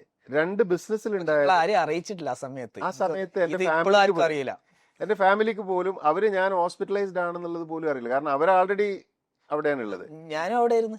ഈ ആളുകൾ മുഴുവൻ പിന്നീട് ഞാനിത് പറയുമ്പോഴാണ് ഇങ്ങനെയൊക്കെ നടന്നു എന്ന്, ഞാൻ ഇങ്ങനെ എത്രയും സീരിയസ് കണ്ടീഷനിലായിരുന്നു എന്നുള്ളതൊക്കെ തിരിച്ചറിയുന്നത്. 2 ബിസിനസ്സിലാണെങ്കിൽ എനിക്ക് 2 ഗുണങ്ങളുണ്ടായി. ഒന്ന്, എൻ്റെ ടീം എൻ്റെ കൂടെ ഉറച്ചു നിൽക്കുന്ന ഒരു സിറ്റുവേഷൻ ഉണ്ടായി. കോവിഡ് വരുന്ന സമയത്ത് നമുക്ക് വലിയൊരു ചാലഞ്ച് സിറ്റുവേഷൻ ആയിരുന്നു. അപ്പം നമ്മൾ മൊത്തം മാനേജേഴ്സിനെ നമ്മൾ വിളിച്ചു കൂട്ടി. എന്നിട്ട് പറഞ്ഞു, ഇത് നമ്മൾ സീരിയസ് ആയിട്ട് ബിസിനസ്സിനെ എഫക്റ്റ് ചെയ്യും, വലിയ പ്രശ്നങ്ങൾ ഉണ്ടാക്കും. അപ്പോൾ പ്രശ്നങ്ങൾ ഉണ്ടാക്കുന്ന സമയത്ത് ആളുകളെ പിരിച്ചുവിടേണ്ട സിറ്റുവേഷൻ വന്നേക്കാം, പിന്നെ ശമ്പളം കുറയ്ക്കേണ്ട സിറ്റുവേഷൻ വന്നേക്കാം, ഇങ്ങനത്തെ ഒക്കെ പ്രശ്നങ്ങൾ വന്നേക്കാം. കമ്പനിക്ക് നമുക്ക് അങ്ങനെ ഒരു താല്പര്യമില്ല. We don't want to terminate any one. So അങ്ങനെ വരുന്ന സമയത്ത് in case fund flow proper ആയിട്ടില്ലെങ്കിൽ ഇത് നടക്കില്ല. അപ്പം ഞാൻ അവർക്കൊരു മുമ്പിൽ ഒരു സജഷൻ വെച്ചു. നമുക്കൊരു മാസത്തെ എക്സ്പെൻസുകളെങ്കിലും റിസർവ് ആയിട്ട് കമ്പനിയിൽ വെക്കണം. അതല്ലെങ്കിൽ എവിടെയെങ്കിലും സ്റ്റക്ക് ആയേക്കാം. ഈ ക്യാഷ് നമുക്ക് പൂൾ ചെയ്ത് അക്കൗണ്ടിൽ സേഫായിട്ട് വർക്കിംഗ് ക്യാപിറ്റലായിട്ട് മെയിൻറ്റെയിൻ ചെയ്യണമെങ്കിൽ ഒരു മാസത്തെ ശമ്പളം നമ്മൾ ഹോൾഡ് ചെയ്യണം. പക്ഷെ ഒരു മാസം അടുത്ത മാസം ശമ്പളം ഇല്ല എന്ന് പറഞ്ഞാൽ അത് എല്ലാവരെയും ഭയങ്കരമായിട്ട് ഡിസ്റ്റർബ് ചെയ്യും. അതുകൊണ്ട് ഞാൻ ഓരോ ആഴ്ച വീതം അടുത്ത 4 മാസം ഞാൻ ഡിലേ ആക്കും. സാധാരണ എല്ലാ മാസവും 5-ാം തീയതി ശമ്പളം കൊടുത്തിരുന്ന് അടുത്ത മാസം 12-ന് തരുള്ളൂ. അതിനടുത്ത മാസം അത് 19-ന് തരും. അങ്ങനെ ഓരോ ആഴ്ചയായിട്ട് ഡിലേ ആക്കി 4 മാസം കൊണ്ട് 1 മന്ത് ഡിലേ ആക്കി കഴിഞ്ഞ് പിന്നെ ഫിനാൻഷ്യൽസ് ഇമ്പ്രൂവ് ആവുന്ന സമയത്ത് അത് റിവേഴ്സ് ചെയ്യാം. എല്ലാ മാനേജേഴ്സിനും വിളിച്ചിട്ട് ഇത് കാര്യം പറഞ്ഞു. Everybody was happy. പിന്നെ ഞാൻ ഓരോ ടീമിനെയും സെപ്പറേറ്റ് വിളിച്ച് അവരുമായിട്ട് ഇത് കമ്മ്യൂണിക്കേറ്റ് ചെയ്തപ്പം they all stood by me. അവരൊക്കെ വലിയ മെഷേഴ്സ് വരും എന്നുള്ളത് പേടിച്ചിരിക്കുന്ന സമയത്ത് ആകെ ഈ ഒരു ഡിലേ മാത്രമേ ഉള്ളൂ എന്ന് പറയുന്നത് അവരെ സംബന്ധിച്ചിടത്തോളം റിലീഫായിരുന്നു. They trusted me and they said we are with you. അത് മാത്രമല്ല, ആ ഒരു ടീം സ്പിരിറ്റ് എന്ന് പറയുന്നത് കണ്ടത് ആക്ച്വലി കോവിഡിൻ്റെ അതിൻ്റെ വൈൽഡസ്റ്റ് രൂപം വന്നപ്പോഴാണ്. കാരണം ഫാർമസികൾ എന്ന് പറയുന്നത് കോവിഡ് പേഷ്യൻസുമായിട്ട് ഡയറക്റ്റ് ഇൻട്രാക്ട് ചെയ്യുന്ന സാധനം. ഈ ഫാർമസിസ്റ്റുകളെല്ലാം തന്നെ കൗണ്ടറിൽ നിന്നുകൊണ്ട് രോഗികളുമായിട്ട് ഡയറക്റ്റ്ലി ഇൻട്രാക്ട് ചെയ്തു. ഒരുപാട് ആളുകൾ സിക്കായി. അപ്പം നമ്മുടെ ഒരു ക്യാമ്പ് ഉണ്ടായിരുന്നു. ആ ക്യാമ്പിൻ്റെ പകുതി ഭാഗം നമ്മൾ കോവിഡ് ഐസൊലേറ്റ് ഏരിയയായി. കോവിഡ് സംശയിക്കുന്ന ആളുകളെ പിന്നെ സെപ്പറേറ്റ് ആക്കി ക്വാറന്റൈൻ ചെയ്യാൻ വേണ്ടിയിട്ട് വെച്ചു. രോഗികൾക്ക് വേണ്ടിയിട്ട് നമ്മൾ വേറെ തന്നെ റെസിഡൻസ് എടുത്തു, വില്ല എടുത്ത് അതിലേക്ക് താമസം മാറ്റി. 3 type: safe area, quarantine area, സിക്ക് ഏരിയ. അങ്ങനെ 3 ഏരിയകളിലേക്ക് മാറ്റി. ഇതൊക്കെ മാനേജ് ചെയ്ത് നമ്മളുടെ ടീമാണ്. വളരെ കോപ്പറേറ്റീവായിട്ട്. അപ്പോഴത്തേക്ക് ഒരു ഫാർമസിസ്റ്റ് രോഗിയായി കഴിഞ്ഞാൽ ഉടനെ അവിടെ വേറെ ആൾ പോകുന്നു. ഇങ്ങനെ റൊട്ടേറ്റ് ചെയ്ത് നമ്മുടെ ഓപ്പറേഷൻസ് ടീം ടയർലെസ്ലി വർക്ക് ചെയ്തു. അപ്പോൾ ആ ഒരു രീതിയിൽ അത് നടന്നു. പിന്നെ ഇൻഡസ്ട്രിയൽ ഏരിയയിലെ ഒരു ഹോൾ ഏരിയ അവർ ബ്ലോക്ക് ചെയ്തു. കാരണം അവിടെ നിന്ന് പുറത്തുനിന്ന് അകത്തേക്കും ആ ഒരു രോഗം പോവാതിരിക്കാൻ വേണ്ടി ടോട്ടൽ ഏരിയ മിലിറ്ററി വന്നിട്ട് ബ്ലോക്ക് ചെയ്തു. കാരണം അവിടെ ഒരു കണ്ടമാനം കേസുകളായിരുന്നു. അതിനകത്ത് നമ്മളുടെ 2 ടൈപ്പ് ഓഫ് ബിസിനസ്സുകൾ ഉണ്ടായിരുന്നു. ഒന്ന് ഫാർമസികൾ ഉണ്ടായിരുന്നു, പിന്നെ ഒന്ന് ഹൈഡ്രോ കെയറിന്റെ കംപ്ലീറ്റ് ബ്രാഞ്ചസും അതിനകത്തായിരുന്നു, ആ ഏരിയക്കകത്തായിരുന്നു. ഈ ഫാർമസികൾ നമുക്ക് കുറച്ച് ദിവസം കഴിഞ്ഞപ്പോൾ ഫാർമസിസ്റ്റുകൾക്ക് പോകാനും അവിടെ ഓപ്പറേറ്റ് ചെയ്യാനുള്ള പെർമിഷൻ കിട്ടി. അതിനകത്ത് നിന്നുകൊണ്ട് കോവിഡ് രോഗികൾക്കും അവരുടെ ക്യാമ്പുകൾക്കും മരുന്ന് എത്തിച്ചു കൊടുത്തു. ഹോം ഡെലിവറി ആയിട്ട് സാധനങ്ങൾ എത്തിച്ചു കൊടുത്തു. കംപ്ലീറ്റ് ഇവരുടെ കിറ്റിട്ട് കൊണ്ട് തന്നെ അവർ ഡെലിവറി നടത്തി. 2, ഈ പറയുന്ന ആളുകളുടെ ഈ ഒരു സർവീസ് എന്ന് പറയുന്നത് പിന്നീട് വളരെ അപ്രീഷിയേറ്റ് ചെയ്യപ്പെട്ടു. കാരണം അവർക്ക് വേറൊരു ആക്സസും ഇല്ല. അപ്പം അങ്ങനെയുള്ള ഒരു ഇതുണ്ടായി. അപ്പം ശരിക്കും പറഞ്ഞാൽ 25 ഇയേഴ്സിൻ്റെ ചരിത്രത്തിലെ best business and the highest profit generating year was 2021. Covid അതിൻ്റെ പീക്കിൽ നിൽക്കുന്ന സമയമായിരുന്നു. നമ്മളുടെ ഏറ്റവും നല്ല പെർഫോമൻസ് നടന്നത് ആ വർഷമായിരുന്നു. അപ്പം അതുകൊണ്ട് തന്നെ ഈ സാലറി ഡിലേ ആക്കുന്ന പ്രോസസ്സ് 2 മാസം കൊണ്ട് നമ്മൾ സ്റ്റോപ്പ് ചെയ്തു. അടുത്ത 2 മാസം കൊണ്ട് അത് റിവേഴ്സ് ചെയ്ത് നോർമലാക്കുകയും ചെയ്തു. കാരണം അതിൻ്റെ ആവശ്യം വന്നില്ല. Because the business was doing very well, just because our team was doing extremely well. അത്രയും സപ്പോർട്ടീവായിട്ട്. അപ്പോൾ കെയർ ആൻഡ് ക്യൂറിൻ്റെ ടീം ബിൽഡിംഗ് ചരിത്രത്തിലും എൻ്റെ അഹങ്കാരത്തിൻ്റെ ഗ്രാഫിൻ്റെ കാര്യത്തിലാണെങ്കിലും എല്ലാം കൊണ്ടും ഞങ്ങൾക്ക് ഗുണകരമായ ഒരു സമയമായിരുന്നു കോവിഡ്. അതൊരു പ്രോബ്ലം വരുമ്പോഴാണല്ലോ ഓപ്പർച്യൂണിറ്റിയും വരുന്നത്. People have A lot of realisations. അല്ല, ഈ പ്രോബ്ലം എന്ന് പറയുന്നത് പ്രോബ്ലമായിട്ടും എടുക്കാം, അല്ലെങ്കിൽ അതൊരു ഓപ്പർച്യൂണിറ്റിയുമായിട്ട് എടുക്കാം. നിങ്ങളൊക്കെ അത്യാവശ്യം ബോഡി ബിൽഡേഴ്സും പിന്നെ ജിമ്മിൽ പോകുന്നവരൊക്കെ ആയിരിക്കും. വെയിറ്റ് എടുത്ത് പൊക്കാൻ ഞാൻ ഒരാളോട് വെറുതെ എടുത്തിട്ട് 5 കിലോ പൊക്കട 10 കിലോ പൊക്കട എന്ന് പറഞ്ഞാൽ അതൊരു പ്രോബ്ലമാണ്. നിങ്ങൾ അത് ജിമ്മിൽ പോയി ചെയ്യുന്ന സമയത്ത് this is an opportunity for me to build my muscle എന്നുള്ളതാണ്. So it is the perspective, it's our approach. Correct. How it is. ഇത് നിങ്ങൾ പറഞ്ഞതിൽ ഈ ക്യാഷ് ഫ്ലോന്റെ ഇമ്പോർട്ടൻസ് ഭയങ്കരമാണ്. അതാണ് നിങ്ങൾ ചെയ്തത്. അത് കുറച്ചും കൂടി ഒന്ന് ഇലാബറേറ്റ് ആയിട്ട് പറഞ്ഞുതരും. എന്തുകൊണ്ട് ഈ ഡിലേ ചെയ്യുന്നു? What actually happened behind the scenes in your finance? Cash flow എന്ന് പറയുന്നത്, ലിക്വിഡിറ്റി എന്ന് പറയുന്നത് ഏതൊരു ബിസിനസ്സിനും വളരെ ഇമ്പോർട്ടൻ്റ് ആണ്. നമ്മൾ ഹെവിലി ബാങ്കിനെ ഡിപ്പെൻഡ് ചെയ്യുക എന്നുള്ളത് നമ്മളുടെ പോളിസിയിലേ ഉണ്ടായിരുന്നില്ല. ഞാൻ ബാങ്കിൻ്റെ ഏതെങ്കിലും രീതിയിലുള്ളൊരു ഫെസിലിറ്റി എടുക്കുന്നത് ഹോൾസെയിൽ ഡിസ്ട്രിബ്യൂഷൻ തുടങ്ങിയതിന് ശേഷം നമുക്ക് ഇൻ്റർനാഷണൽ ട്രാൻസ്ഫേഴ്സിനും അതിൻ്റെ ഫെസിലിറ്റികൾക്ക് വേണ്ടി മാത്രമാണ്. ഇപ്പോഴും നമ്മളുടെ ഒരു ടോട്ടൽ അസറ്റിൻ്റെ ലെസ് ദാൻ 5% ആയിരിക്കും ബാങ്കുമായിട്ടുള്ള ഒരു ഡിപ്പെൻഡൻസി എന്ന് പറയുന്നത്. അതും അത്യാവശ്യങ്ങൾക്ക് വേണ്ടി മാത്രം യൂസ് ചെയ്യുന്നതാണ്. ലിക്വിഡിറ്റി ഇല്ലെങ്കിൽ അത് ബിസിനസിന്റെ ഹെൽത്തിനെ വല്ലാതെ ബാധിക്കും. ലിക്വിഡിറ്റി എന്ന് പറയുമ്പോൾ ക്യാഷ് ഏത് സമയത്താണ് നമുക്ക് പൈസന്റെ ആവശ്യമുള്ള ആ സമയത്ത് പൈസ വേണം കയ്യിൽ. ആ സമയത്ത് എവിടെയോ ഉള്ള ആരുടെയോ കയ്യിലുള്ള കാശ് കണ്ടിട്ട് നമുക്ക് അത് ചെയ്യാൻ പറ്റില്ല. അപ്പോൾ പിന്നെ ലിക്വിഡിറ്റി വേണം.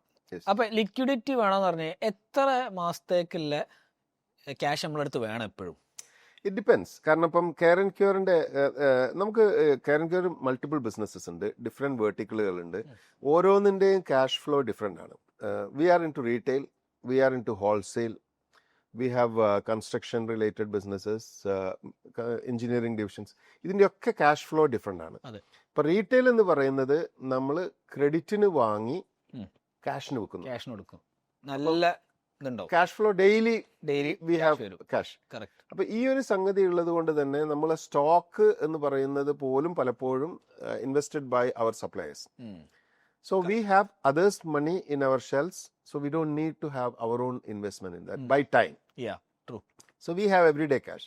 ഹോൾസെയിൽ എന്ന് പറയുന്നത് നമ്മൾ അഡ്വാൻസ് പേ ചെയ്ത് സാധനം സ്റ്റോക്ക് ചെയ്ത് ക്രെഡിറ്റിന് മാർക്കറ്റിൽ പൈസ കൊടുത്ത് എന്നിട്ട് മാസങ്ങൾ കഴിഞ്ഞിട്ട് കാശ് പിരിച്ചു വരുന്നതാണ്. So there is A huge investment lying there. അവിടെ എന്താ ഗുണം എന്ന് വെച്ചാൽ നമ്മൾ overhead expenses are comparatively less and profitability is good.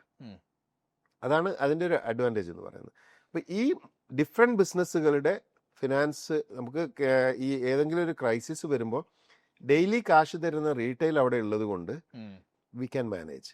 If we have only wholesale business, ഒരു ആളുടെ കയ്യിൽ ഒരുപാട് നമ്മൾ സാധനം സപ്ലൈ ചെയ്തു, അവരുടെ പേയ്മെന്റ് സ്റ്റക്കായി കഴിഞ്ഞാൽ ഇറ്റ് വിൽ ഡിസ്ട്രോയ്. അങ്ങനെയുള്ള ആളുകൾ എപ്പോഴും റിസർവ് വെക്കണം.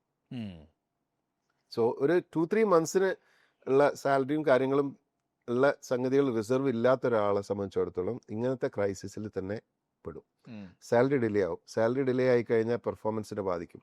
പെർഫോമൻസിനെ ബാധിച്ചു കഴിഞ്ഞിട്ടുണ്ടെങ്കിൽ സെയിൽ കുറയും. അപ്പോൾ വീണ്ടും പിന്നെ ക്യാഷ് ഫ്ലോനെ ബാധിച്ചു. ഈ പറയുന്ന സമയത്ത് നമ്മൾ പിന്നെ ചെയ്യുന്ന വെച്ചാൽ ശമ്പളം കൊടുക്കണം, ആ സപ്ലയർക്ക് കൊടുക്കാനുള്ളത് കുറച്ച് ഡിലേ ആക്കാം. സപ്ലയർക്ക് ഡിലേ ആക്കി കഴിഞ്ഞിട്ടുണ്ടെങ്കിൽ അവൻ സപ്ലൈ കുറയ്ക്കും, അതോടുകൂടി വീണ്ടും ബിസിനസ് കുറയും. So it's A chain. So that is downward spiral ആയിരിക്കും. അത് താഴോട്ടുള്ള വീഴ്ച എന്ന് പറയുന്നത് ഒരു കുന്നിന്റെ മുകളിൽ നിന്ന് കാറ് ന്യൂട്രൽ ഇട്ടിട്ട് ഇടുന്നത് പോലെയാണ്, നേരെ വന്ന് ഇടിച്ചങ്ങ് നിൽക്കലാണ്. അപ്പോൾ ആ ഒരു രീതിയിലേക്കാണ്. So we need to control that money. Okay, ഇനി നമ്മളെ മേജർ പാർട്ട്. ആ സമയത്ത് ഞാൻ അവിടെ വരുന്നു, വേറൊരു സാധനമായിട്ട് വരുന്നു.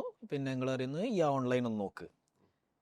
അപ്പോൾ ഞാൻ ഡേ 1 തന്നെ നിങ്ങളോട് പറഞ്ഞു, നമ്മളിങ്ങനെ കാറിൽ പോകും, നിങ്ങളിങ്ങനെ സംസാരിക്കും, നിങ്ങളെ ബിസിനസ്സിനെ കുറിച്ചൊക്കെ ഞാൻ മനസ്സിലാക്കും. അപ്പോൾ നിങ്ങളന്ന് എന്നോട് പറഞ്ഞിരുന്നു പിന്നെ യു ബിൽഡ് ദ ബിസിനസ്. ഞാൻ ആദ്യം തന്നെ പറഞ്ഞു ഇത് പ്രോഫിറ്റ് ഒന്നും ആവില്ല, എനിക്ക് ഒരു ഐഡിയ ഇല്ല ഇതെങ്ങനെ ചെയ്യേണ്ടത്. നിങ്ങൾക്ക് ആകെ കൂടി ടെക്ക് അറിയാം, കച്ചവടം ഉണ്ടാക്കണമെന്ന് അറിയാം, പക്ഷെ ഇതെങ്ങനെ പ്രോഫിറ്റബിൾ ആവും നിങ്ങൾക്ക് ഒരു ഐഡിയ ഇല്ല. ആ ഒരു തോട്ട് പ്രോസസ് എങ്ങനെയായിരുന്നു നിങ്ങൾ? അപ്പം എന്താ, വാട്ട് വേർ യു തിങ്കിങ്? ഞാൻ അങ്ങനെ ആലോചിച്ചു, ഇതിപ്പോൾ ബിസിനസ് ബിൽഡ് ചെയ്തിട്ട് എന്താണ് കാര്യം, ഇത് പ്രോഫിറ്റബിൾ ആയിട്ടില്ലെങ്കിൽ. സോ നിങ്ങൾ പറഞ്ഞു you just go head, just build the business, just bring sales. എന്തായിരുന്നു അതിൻ്റെ പിന്നിൽ എന്തായിരുന്നു നിങ്ങളൊരു? ഒന്ന്, നമ്മൾക്ക് ഇരുന്ന് കഴിഞ്ഞാൽ കാല് നീട്ടുക എന്ന് പറയാറുണ്ട്. അപ്പം ഞങ്ങൾ ഏകദേശം ഒന്ന് ഇരുന്ന സമയമാണ്. ഇനി വേണം ഇത്തിരി കാല് നീട്ടാം എന്നുള്ളതിൻ്റെ ഭാഗമാണ് ഓൺലൈനിലേക്കുള്ള എക്സ്റ്റൻഷൻ എന്ന് പറയുന്നത്. സോ ഒബ്വിയസ്ലി നീ ഇങ്ങനെ ഒരു പ്രപ്പോസലുമായിട്ട് വരുന്ന സമയത്ത് പല കാരണങ്ങളുണ്ട്. ഒന്ന്, ഓൺലൈനിലൂടെ ബിസിനസ് വരുന്ന സമയത്ത് കിട്ടുന്ന ആ ഒരു ബിസിനസ് റവന്യൂ. 2, ഓൺലൈനിലൂടെ കച്ചവടം നടന്നിട്ടില്ലെങ്കിലും കുറേയേറെ വിസിബിലിറ്റി. അപ്പോൾ ആസ് എ ബ്രാൻഡ് വിസിബിലിറ്റി നമുക്ക് അത് അഡ്വാൻറ്റേജ് ആണ്. പിന്നെ you have passionate and you kind of wanted to do. ഇപ്പോൾ ഡു ഓർ ഡൈ സ്റ്റേജിലുള്ള ഒരു ഫയറുള്ള ഒരാളെ കിട്ടുന്ന സമയത്ത് അവനിട്ട് കുറച്ച് പഠിക്കട്ടെ, ഞാനും കൊടുത്ത് പഠിക്കാം എന്നുള്ളൊരു മൈൻഡ് സെറ്റിലായിരുന്നു. So that is when I said okay you go ahead, let see how it works എന്നുള്ളത്. So that was a confidence I had in you and we had confidence in ourselves. Okay, അപ്പം ആ ഒരു സാധനം ചെയ്തപ്പോൾ ഇനി കുറച്ച് കഥകൾ ചിലപ്പോൾ എനിക്ക് അറിയാത്തതായിരിക്കും. ആ ബിസിനസ്സിനെ ഓവറോൾ ബിസിനസ്സിനെ എങ്ങനെയായിരിക്കും okay we were having sales, we are having visibility, പക്ഷെ അത് ഓഫ്ലൈനിൽ ഇമ്പാക്ട് ചെയ്തിട്ടുണ്ടോ? പക്ഷെ ഇത് എപ്പോഴെങ്കിലും നിങ്ങൾക്ക് മെഷർ ചെയ്യാൻ പറ്റിയിട്ടുണ്ടോ? ഓർ ഡിഡ് യു ഗെറ്റ് എന്താ പറയുക ഗട്ട് ഫീലിംഗ് ഇത് ഇങ്ങനെയാണ് സംഭവിക്കുന്നത്? എന്തായിരുന്നു ആ ബാക്ക് എൻഡിൽ വേറെ എന്തെങ്കിലും സംഭവിച്ചിരുന്നോ? ഓൺലൈൻ സെയിൽസ് വരുന്നു, ടീം ബിൽഡ് ആവുന്നു, പക്ഷെ did it impact offline? Actually, there was a lot of resistance. Resistance from our finance side, resistance from the market, resistance from competitors. അപ്പോൾ റെസിസ്റ്റൻസ് ഉണ്ടാവുന്ന സമയത്ത് നമ്മൾ വെൽ എക്യുപ്ഡ് ആൻഡ് നമ്മൾ അതിൻ്റെ strong അല്ലെങ്കിൽ obviously we will fade away. അപ്പോൾ ഇതിലുണ്ടാവുന്ന ഒരു ഇപ്പം ഞാൻ കാണുന്ന സമയത്ത് റെസിസ്റ്റൻസിന് ഞാൻ കാണുന്നത്, നമ്മളിപ്പോൾ ഒരു മൂവി ഇറങ്ങുന്നതിന് മുമ്പായിട്ട് ആദ്യം ഇറങ്ങുന്നത് ട്രെയിലറാണ്. ആ ട്രെയിലറിൻ്റെ റിവ്യൂസും വേർഡ് ഓഫ് മൗത്തിലൂടെയാണ് ഈ ഒരു മൂവിക്കുള്ളൊരു ഹൈപ്പ് ബിൽഡ് ചെയ്യുന്നത്. And that is when the movie actually goes. അപ്പം ഞാനിപ്പോൾ അടുത്ത് നമ്മളുടെ റീറ്റെയിൽ ടീമിൻ്റെ അടുത്ത് why our pharmacist are resistance to promote online എന്നുള്ളൊരു ക്വസ്റ്റ്യൻ ചോദിച്ചു. കാരണം ആൾറെഡി നമ്മളുടെ ടീമിലെ ആളുകളിൽ ഒരുപാട് ആളുകൾ കരുതുന്നത് if they promote online it will affect their own sale. അവരുടെ എക്സിസ്റ്റിംഗ് ഫാർമസി റീറ്റെയിലിൽ അവിടെ വന്നിട്ട് വാങ്ങിക്കുന്ന ആളുകൾ ഓൺലൈനിലേക്ക് മാറുന്നതോടെ ആ കസ്റ്റമേഴ്സ് ഓൺലൈൻ കസ്റ്റമറായി മാറുകയും അവിടെ വരുന്നത് ഇല്ലാതാവുകയും ചെയ്തു. അപ്പം ഞാൻ അവരോട് ചോദിച്ചു, ഒരു മൂവിയുടെ ട്രെയിലർ ഇറങ്ങുന്ന സമയത്ത് പ്രൊഡ്യൂസർ കരുതുകയാണ് ഈ ഫിലിമിൻ്റെ ട്രെയിലർ ആളുകൾ കണ്ടു, കഥയുടെ ഒരു ഏകദേശ ധാരണ അവർക്ക് കിട്ടി, ആരൊക്കെയാണ് എന്നുള്ളത് മനസ്സിലായി, അതോടുകൂടി ഞാൻ എന്തിനാ സിനിമ കാണുന്നത് എന്ന് കരുതി ഒഴിഞ്ഞു പോകുമോ? ആ ട്രെയിലറിൽ ഇൻട്രസ്റ്റിംഗ് ആയിട്ടുള്ള ഒന്നും ഇല്ലെങ്കിൽ യെസ്, ബട്ട് അതർവൈസ് അത് സിനിമ കാണാനുള്ളൊരു ഇൻട്രസ്റ്റ് ഉണ്ടാക്കുകയും എനിക്കിത് തിയേറ്ററിൽ തന്നെ പോയിരുന്ന് കാണണം എന്നുള്ള ആ ഒരു താല്പര്യം ഉണ്ടാക്കുകയാണോ ചെയ്യുക? Obviously yes. That is the purpose of having a trailer. Online is a trailer of our retail experience. It's not the whole movie, it is just a trailer. ആ രീതിയിൽ അതിനെ ബിൽഡ് ചെയ്ത് കഴിഞ്ഞാൽ ഇത്രയും സംഗതികളും ഇത്രയും പരിപാടികളുമുള്ള ഓൺലൈൻ്റെ ആക്ച്വൽ രൂപം, ഫുൾ രൂപം എന്ന് പറയുന്നത് ഒരു റീറ്റെയിൽ ഔട്ട്ലെറ്റ് ആണെന്നും അവിടെ പോയി അത് കാണാൻ കഴിയുന്ന, അവിടെ പോയി അത് എക്സ്പീരിയൻസ് ചെയ്യാൻ കഴിയുന്ന, അവിടെ വെച്ച് the real care and cure feel and experience കിട്ടുക എന്ന് പറയുന്നതാണ് ദ ഫുൾ മൂവി എന്ന മെസ്സേജ് നമുക്ക് കൊടുക്കാൻ കഴിഞ്ഞാൽ ഈ പറയുന്ന ഓൺലൈൻ ബിസിനസ് നിങ്ങൾക്ക് കൂടുതൽ റവന്യൂ ഉണ്ടാക്കുന്നതിന് നല്ലതല്ലേ? ഇതായിരുന്നു എൻ്റെ message. So what I was trying to tell them is, നിങ്ങൾ ഈ ഓൺലൈൻ ഇൻട്രൊഡ്യൂസ് ചെയ്ത ചില ആളുകൾ ചില സാധനങ്ങളുടെ പർച്ചേസിനായി ഓൺലൈൻ പ്ലാറ്റ്ഫോം യൂസ് ചെയ്യുമെങ്കിലും അവർക്ക് അതിന് എത്രയോ മേലെയാണ് ഇതിൻ്റെ കെയർ ആൻഡ് ക്യൂർ എന്ന ബ്രാൻഡിൽ ഉള്ളത് എന്ന് ഇതിലൂടെ തിരിച്ചറിഞ്ഞ് കുറേയേറെ ആളുകൾ ഈ കെയർ ആൻഡ് ക്യൂർ എന്ന ബ്രാൻഡ് വിസിബിലിറ്റിയും അതിലൂടെ കെയർ ആൻഡ് ക്യൂറിൻ്റെ സർവീസിനെ കുറിച്ചിട്ട് അറിയാനും ഈ ഒരൊറ്റ കാരണം മതി. So you promote it, you are going to get a lot more customer coming to your pharmacy because of this trailer, which is the online pharmacy. ഇതാണ് by time ഞാൻ realise ചെയ്തതും ഞാൻ എൻ്റെ ടീമിനെ ഇപ്പം പറഞ്ഞുകൊണ്ടിരിക്കുന്നത്. ഓക്കെ, തുടങ്ങിയ സമയത്ത് നമ്മൾ ഞാൻ ഡെലിവറി ചെയ്തിട്ടുണ്ട് തുടങ്ങിയ സമയത്ത്. കാരണം ഇതൊന്നും അറിയില്ലല്ലോ, ഓർഡർ പെട്ടെന്ന് വന്നു, എന്തെങ്കിലും ചെയ്യണം, അപ്പോൾ ആരുമില്ല, ഐ ഹാവ് ഡെലിവേർഡ്. പക്ഷെ ആ സമയത്ത് നമ്മൾ 24 to 48 hours ആയിരുന്നു നമ്മൾ ഡെലിവറി വിൻഡോ, നമുക്കത് അച്ചീവ് ചെയ്യാൻ പറ്റുള്ളൂ. പക്ഷെ ഡേ 1 തൊട്ട് നിങ്ങൾ പറഞ്ഞിരുന്നു നമുക്ക് 4 ഹബ്ബ് സാധനങ്ങൾ വേണം, നമുക്ക് 2 മണിക്കൂറിനും ഡെലിവറി ചെയ്യാൻ പറ്റണം. ആ സമയത്ത് എങ്ങനെയായിരുന്നു കാരണം ആ സമയത്ത് ഞാൻ വിചാരിച്ച് മൂപ്പരങ്ങനെ പലതും പറയും, നമ്മൾ ഇത് ചെയ്യാൻ പറ്റൂല എന്നില്ലായിരുന്നു എൻ്റെ തോട്ട് പ്രോസസ്സ്. പക്ഷേ എന്തിരുന്നാലും ആ 48 24 ആയി, 24 16 16 8 8 4 ആയി, 4 1 ആയി. പക്ഷെ അത് നിങ്ങൾക്ക് നേരത്തെ അറിയാമായിരുന്നു. പക്ഷെ ഹൗ ഡിഡ് ദാറ്റ്, ആ തോട്ട് പ്രോസസ്സ് എങ്ങനെയാണ് വന്നത്? കാരണം ഞാൻ ആ ഓൺലൈൻ റൺ ചെയ്യുമ്പോൾ പോലും ഞാൻ വിശ്വസിക്കുന്നില്ല ഇങ്ങനെ ഒരു സാധനം അച്ചീവ് ചെയ്യാൻ പറ്റുമെന്ന്. അപ്പോൾ എന്തായിരുന്നു ആ ഒരു what happen behind in your mind? ഇതിൽ നമുക്ക് ആദ്യം നമ്മൾ നീഡാണ് ഫോക്കസ് ചെയ്യുന്നത്. 2 രീതിയിൽ കാര്യങ്ങൾ അപ്രോച്ച് ചെയ്യാം. ഒന്ന് ടാസ്ക് ഓറിയൻറ്റഡ് ആയിട്ട്, 2 റിസൾട്ട് ഓറിയൻറ്റഡ് ആയിട്ട്. My approach in life and in business is always result oriented. ആദ്യം ഞാൻ എൻ്റെ നീഡ് എന്താണ് എന്നുള്ളതോ അല്ലെങ്കിൽ റിസൾട്ട് എന്താവണം എന്നുള്ളത് ഫോക്കസ് ചെയ്തിട്ട് ബാക്ക്വേർഡാണ് ഞാൻ സാധാരണഗതിയിൽ കാൽക്കുലേറ്റ് ചെയ്യുക. So I need to do this, I need to get this, to get that what should I do? ഇത് സാധാരണ ഞാൻ ഇതിപ്പോൾ പറയുമ്പോൾ GPS-ന്റെ ഒരു എക്സാമ്പിൾ പറയാം. ഇപ്പം നമ്മൾ ആദ്യം GPS എടുക്കുന്നത് എനിക്ക് ഇന്ന സ്ഥലത്തേക്ക് പോകണം. ആ സ്ഥലത്തേക്ക് പോകാൻ വേണ്ടി നമ്മൾ ആദ്യം എത്തേണ്ട സ്ഥലം ആണ് ഇതിലേക്ക് മാർക്ക് ചെയ്യുന്നത്. മാർക്ക് ചെയ്യുമ്പോൾ GPS എടുക്കുന്ന 2-3 സ്റ്റെപ്പുകളുണ്ട്. ഫസ്റ്റ് സ്റ്റെപ്പ് അത് മാർക്ക് ചെയ്യുന്നത് where you are. 2 അവർ where you want to go. ഇത് രണ്ടും മാർക്ക് ചെയ്തതിന് ശേഷം കണക്റ്റിംഗ് എ ലൈൻ. അതെ. എന്നിട്ട് പറയും okay you have blue line which is our recommended option, you have other option. അതിൻ്റെ സമയത്ത് തന്നെ ചോദിക്കുന്ന വേറൊരു ചോദ്യമുണ്ട്. You want to go fastest route or you want to go to the shortest route. Shortest റൂട്ടും ഉണ്ടാവും, ഫാസ്റ്റസ്റ്റ് റൂട്ടും ഉണ്ടാവും. Shortest route may take a little longer time, പക്ഷേ you will burn little petrol. ഇപ്പം ഇത് രണ്ടും ഇതുപോലെയുള്ള ഓപ്ഷനുകൾ നമ്മുടെ ബിസിനസ്സിലും വരും. ഇപ്പം എന്നെ സംബന്ധിച്ചിടത്തോളം ഈ പറയുന്ന ഞാനിപ്പോൾ എവിടെയാണുള്ളത്, എനിക്ക് എവിടെയാണ് എത്തേണ്ടത്, ഈ രണ്ടും എത്താനുള്ള ഈ ലൈനാണ് നിങ്ങൾ ഈ പറയുന്ന പ്രോസസ്സുകളും ടാസ്കുകളും സംഗതികളും ഒക്കെ.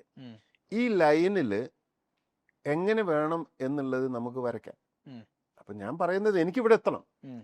10 മണിക്ക് എനിക്ക് കോഴിക്കോട് സിറ്റിയിൽ എത്തണം. ഞാൻ ഇപ്പോൾ ചേന്നമംഗലൂരാണ് ഉള്ളത്. How you make it, how early I should start, which route I should take, which vehicle I should take എന്നൊക്കെ ഉള്ളത് ഇതിനനുസരിച്ചിട്ടാണ് ഫിക്സ് ചെയ്യേണ്ടത്. So I told you 2 hours.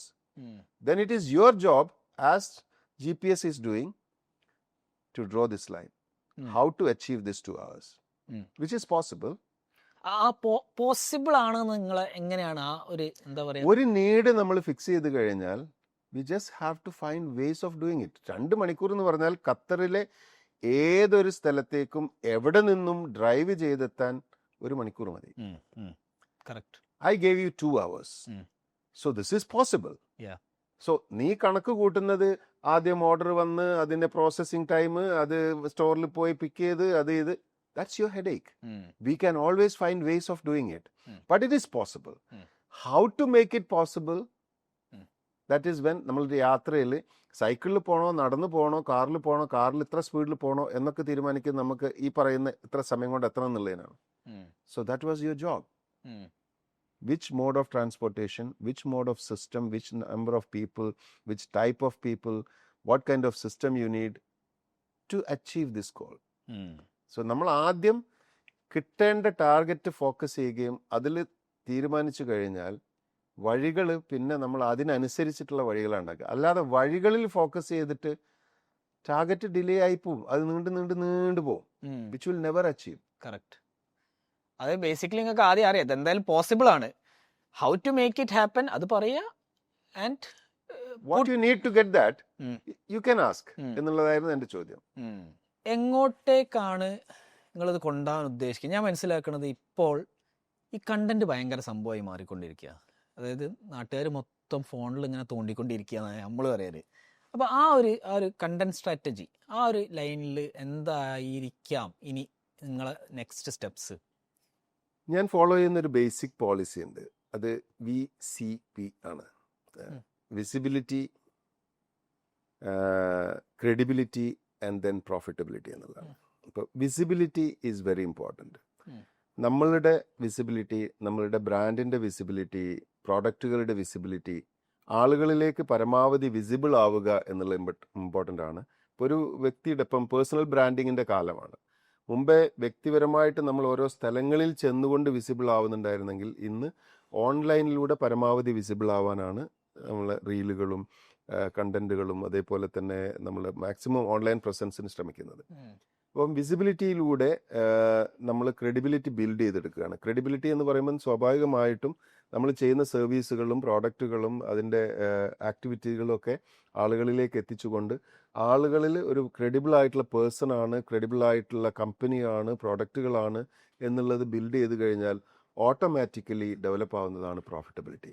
അതല്ലാതെ റിവേഴ്സിൽ ആദ്യം തന്നെ പ്രോഫിറ്റബിലിറ്റിയിലേക്ക് ഫോക്കസ് ചെയ്ത് കഴിഞ്ഞിട്ടുണ്ടെങ്കിൽ that's not going to happen.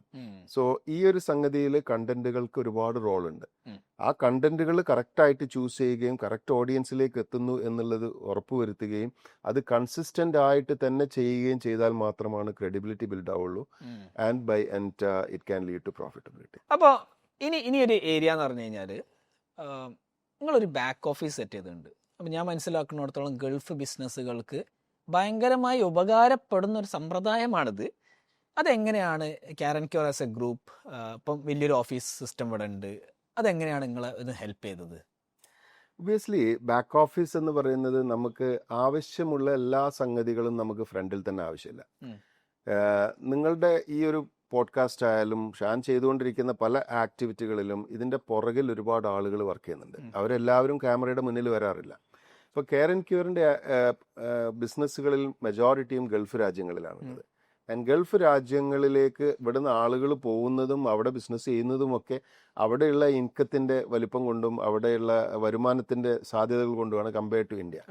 അതേപോലെ തന്നെ അത് റിവേഴ്സ്ലി എഫക്റ്റ് ആണ്. കാരണം അവിടെ ബിസിനസ് ചെയ്യാനും അവിടെ ആളുകളെ എംപ്ലോയീസിന് എടുക്കാനും അവർക്ക് സാലറി കൊടുക്കാനും വലിയ എമൗണ്ട് വേണം.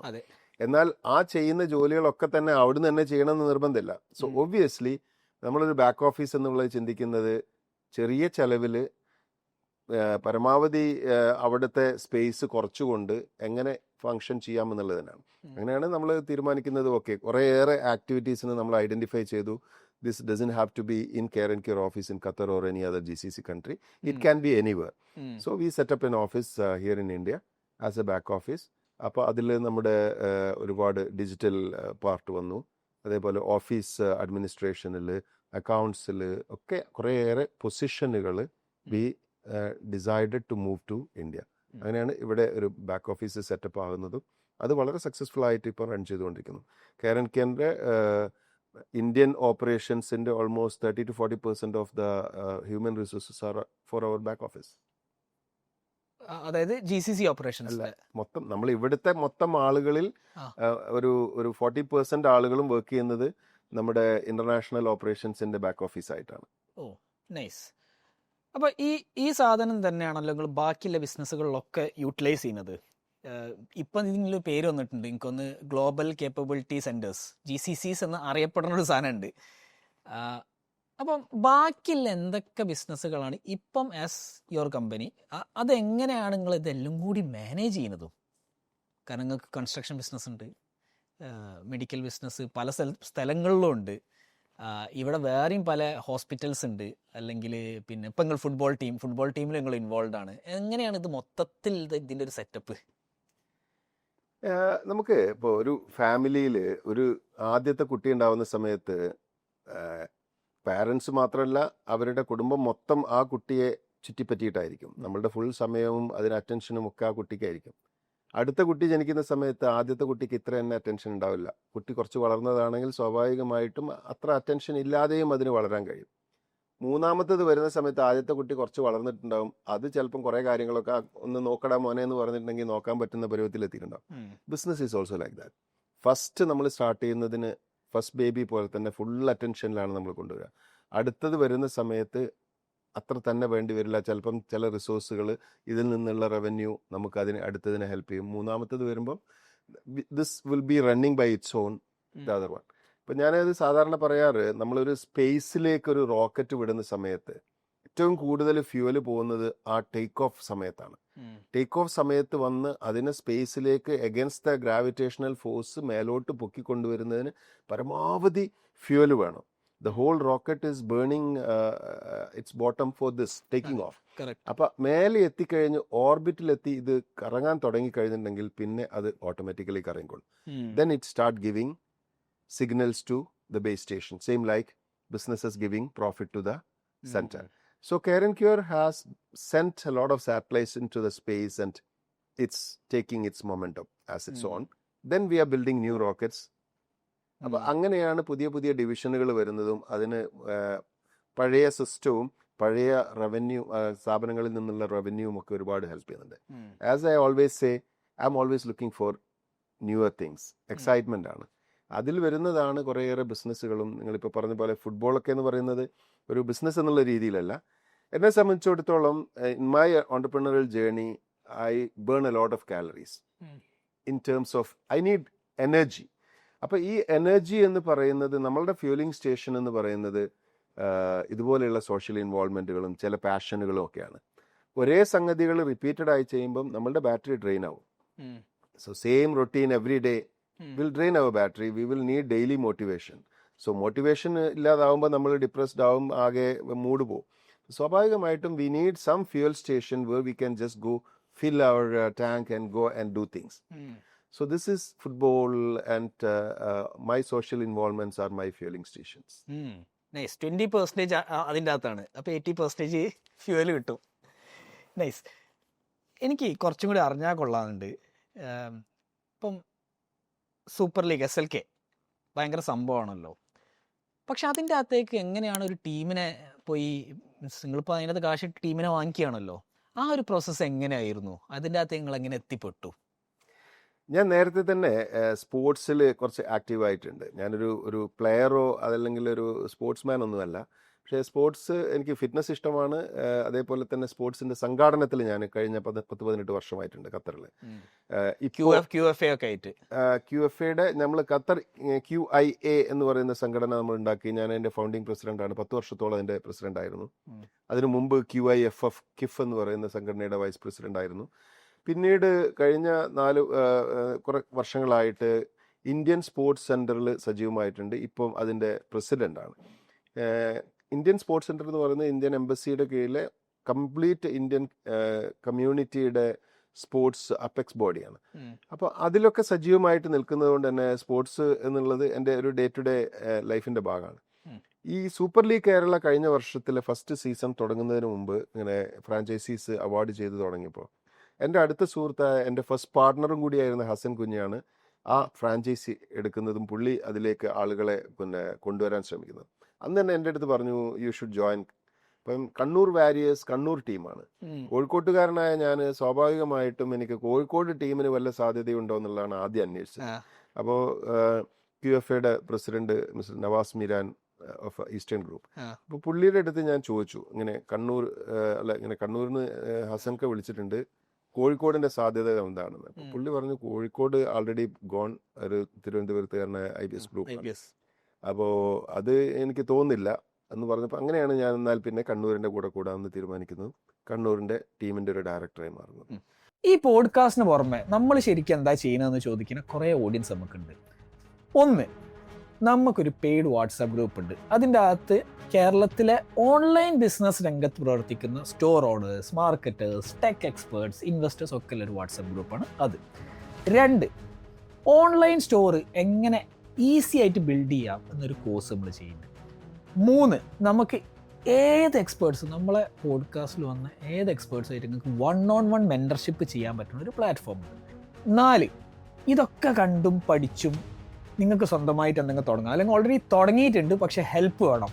ഇതിനുള്ള എല്ലാത്തരം ഹെൽപ്പും നമ്മളെ വാട്സാപ്പ് നമ്പറിൽ മെസ്സേജ് ചെയ്താൽ നിങ്ങൾക്ക് കിട്ടുന്നതാണ്. കൂടുതൽ ഡീറ്റെയിൽസ് ഡിസ്ക്രിപ്ഷനിലുണ്ട്. അപ്പോൾ ഇതിൻ്റെ അകത്ത് വേറൊരു സംഭവമല്ലത്, നിങ്ങളെ നെറ്റ്വർക്കാണ് നിങ്ങളോട് എത്തിച്ചതെന്നാണ് ഞാൻ മനസ്സിലാക്കണത്. ബിക്കോസ് ഹസൻ കുഞ്ഞി വാസ് യുവർ പ്രീവിയസ് പാർട്ട്ണർ, നിങ്ങൾ കുറേ ബിസിനസ് പണ്ട് ചെയ്തിട്ടുണ്ട്. അപ്പോൾ അവിടെ എത്തിയ സ്ഥിതിക്ക് ഈ നെറ്റ്വർക്കിംഗ് അല്ലെങ്കിൽ BNA ഒക്കെ നിങ്ങളവിടെ ഖത്തറിലേക്ക് കൊണ്ടുവന്ന് എന്താണ് ഇതിൻ്റെ ഒരു ഇമ്പോർട്ടൻസ്? എനിക്കറിയാം, ഓഡിയൻസിനും കൂടി മനസ്സിലാവാൻ വേണ്ടിയിട്ടാണ് ഞാൻ ചോദിക്കുന്നത്. ഞാൻ വീണ്ടും പറയും, വിസിബിലിറ്റി, ക്രെഡിബിലിറ്റി, പ്രോഫിറ്റബിലിറ്റി.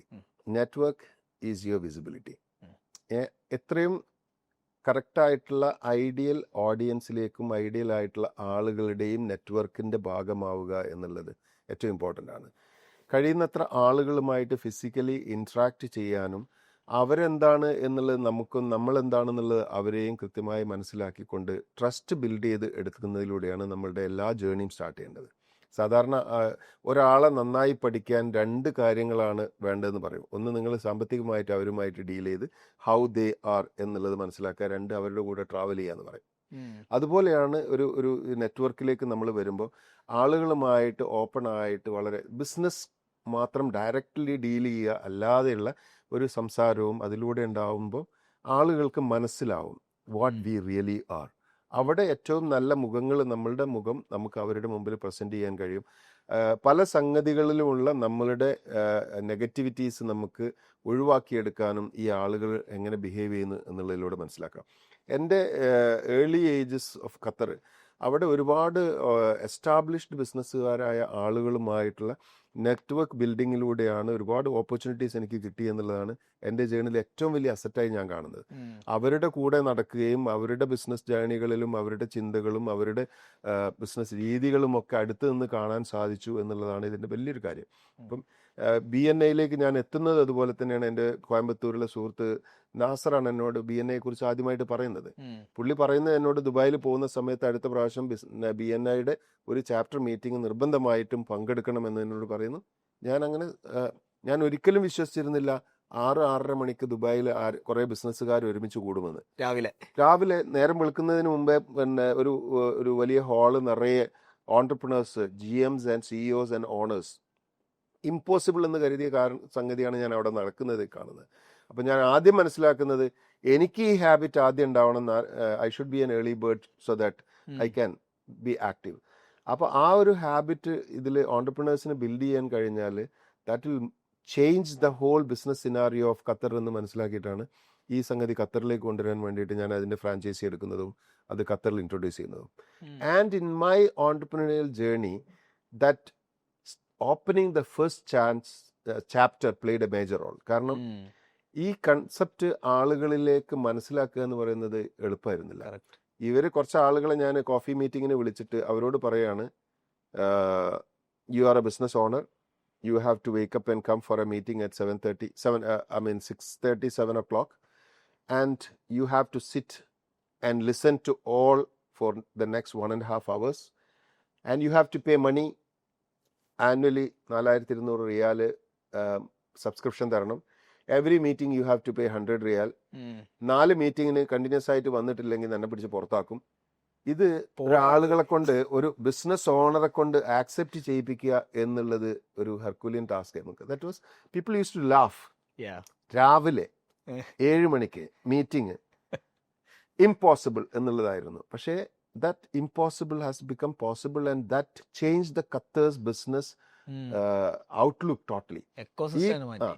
ഈ BNI ആദ്യം ചാപ്റ്റർ വന്നു, അതിൻ്റെ launch that itself was a huge success. 200 business owners അതിൻ്റെ വിസിറ്റേഴ്സ് ആയിട്ട് അന്നത് ലോഞ്ച് സമയത്ത് വന്നു. That also happened at early morning at 7 o'clock. പിന്നെ അതിൽ നിന്നും 4 ചാപ്റ്ററുകളായി. അപ്പോൾ ഈ ഓപ്പൺ ചെയ്തതിന് ശേഷം പിന്നീട് I handed over it to a friend of mine. അപ്പോൾ അത് ബിസിനസ് BNI നിന്നാണ് കേരള ബിസിനസ് ഫോറം ഉണ്ടാവുന്നത്. അവിടുത്തെ അപ്പെക്സ് ബോഡികളിലേക്ക് ഞങ്ങൾ ഒരുപാട് ആളുകൾ ഇതിൽ സോഷ്യൽ സർക്കിളുകളിലേക്ക് കടന്നു വരുന്നത്. So that launch of the first chapter of BNI changed Qatar's face. That was a huge experience for me. True. നമ്മൾ പോഡ്കാസ്റ്റിൻ്റെ എൻഡിലേക്ക് എത്തുകയാണ്. ഇനി എനിക്ക് അറിയേണ്ടത് AI ഭയങ്കര സംഭവമാണല്ലോ. നിങ്ങൾ AI യൂസ് ചെയ്യുന്നുണ്ടോ? ഇതെങ്ങനെ നിങ്ങളെ ബിസിനസ്സിനെ മാറ്റുമെന്നാണ് നിങ്ങൾ കാണുന്നത്? To be frank, I am not using AI. അത് മോശമായതുകൊണ്ടോ അല്ലെങ്കിൽ അതിൻ്റെ സാധ്യതകളെ കുറിച്ചിട്ട് വിവരമില്ലാഞ്ഞിട്ടോ ഒന്നുമല്ല. Force of habit. ഞാൻ ഇപ്പോഴും എനിക്ക് എന്തെങ്കിലും ഒരു ഇൻഫർമേഷൻ എടുക്കണമെങ്കിൽ ഞാൻ AIയോട് ചോദിക്കാൻ തുടങ്ങിയിട്ടില്ല. 2, AI കൊണ്ട് വരുന്ന സ്ക്രിപ്റ്റുകളും ടെക്സ്റ്റുകളും കാണുന്ന സമയത്ത് എനിക്കത് AI ആണെന്നുള്ളത് പെട്ടെന്ന് നമുക്ക് മനസ്സിലാവുന്നതാണ്. അപ്പം ഞാൻ അങ്ങനെ വരുന്ന സമയത്ത് ഞാൻ എൻ്റെ ബ്രെയിൻ അണ്ടർ യൂട്ടിലൈസ് ആവുകയും അത് എൻ്റെ ക്രിയേറ്റിവിറ്റിയെയും എൻ്റെ ടോട്ടൽ തിങ്കിങ്ങിനെയും ഹാൻഡിക്യാപ്ഡ് ആക്കുമെന്നൊക്കെ ഉള്ളൊരു ഫിയർ എൻ്റെ ഉള്ളിലുണ്ട്. So I still prefer to have my own thinking and ideas and my business demands AI. I leave it to my younger generation to do it. You work on that. But me personally, I'll stick to my own resources. Okay. Podcast തീരെയാണ്. Thank you very much. ആ opportunity തന്നെ അല്ലെങ്കിൽ ecom show ഉണ്ടാവുമായിരുന്നില്ല. You are doing good. Thank you.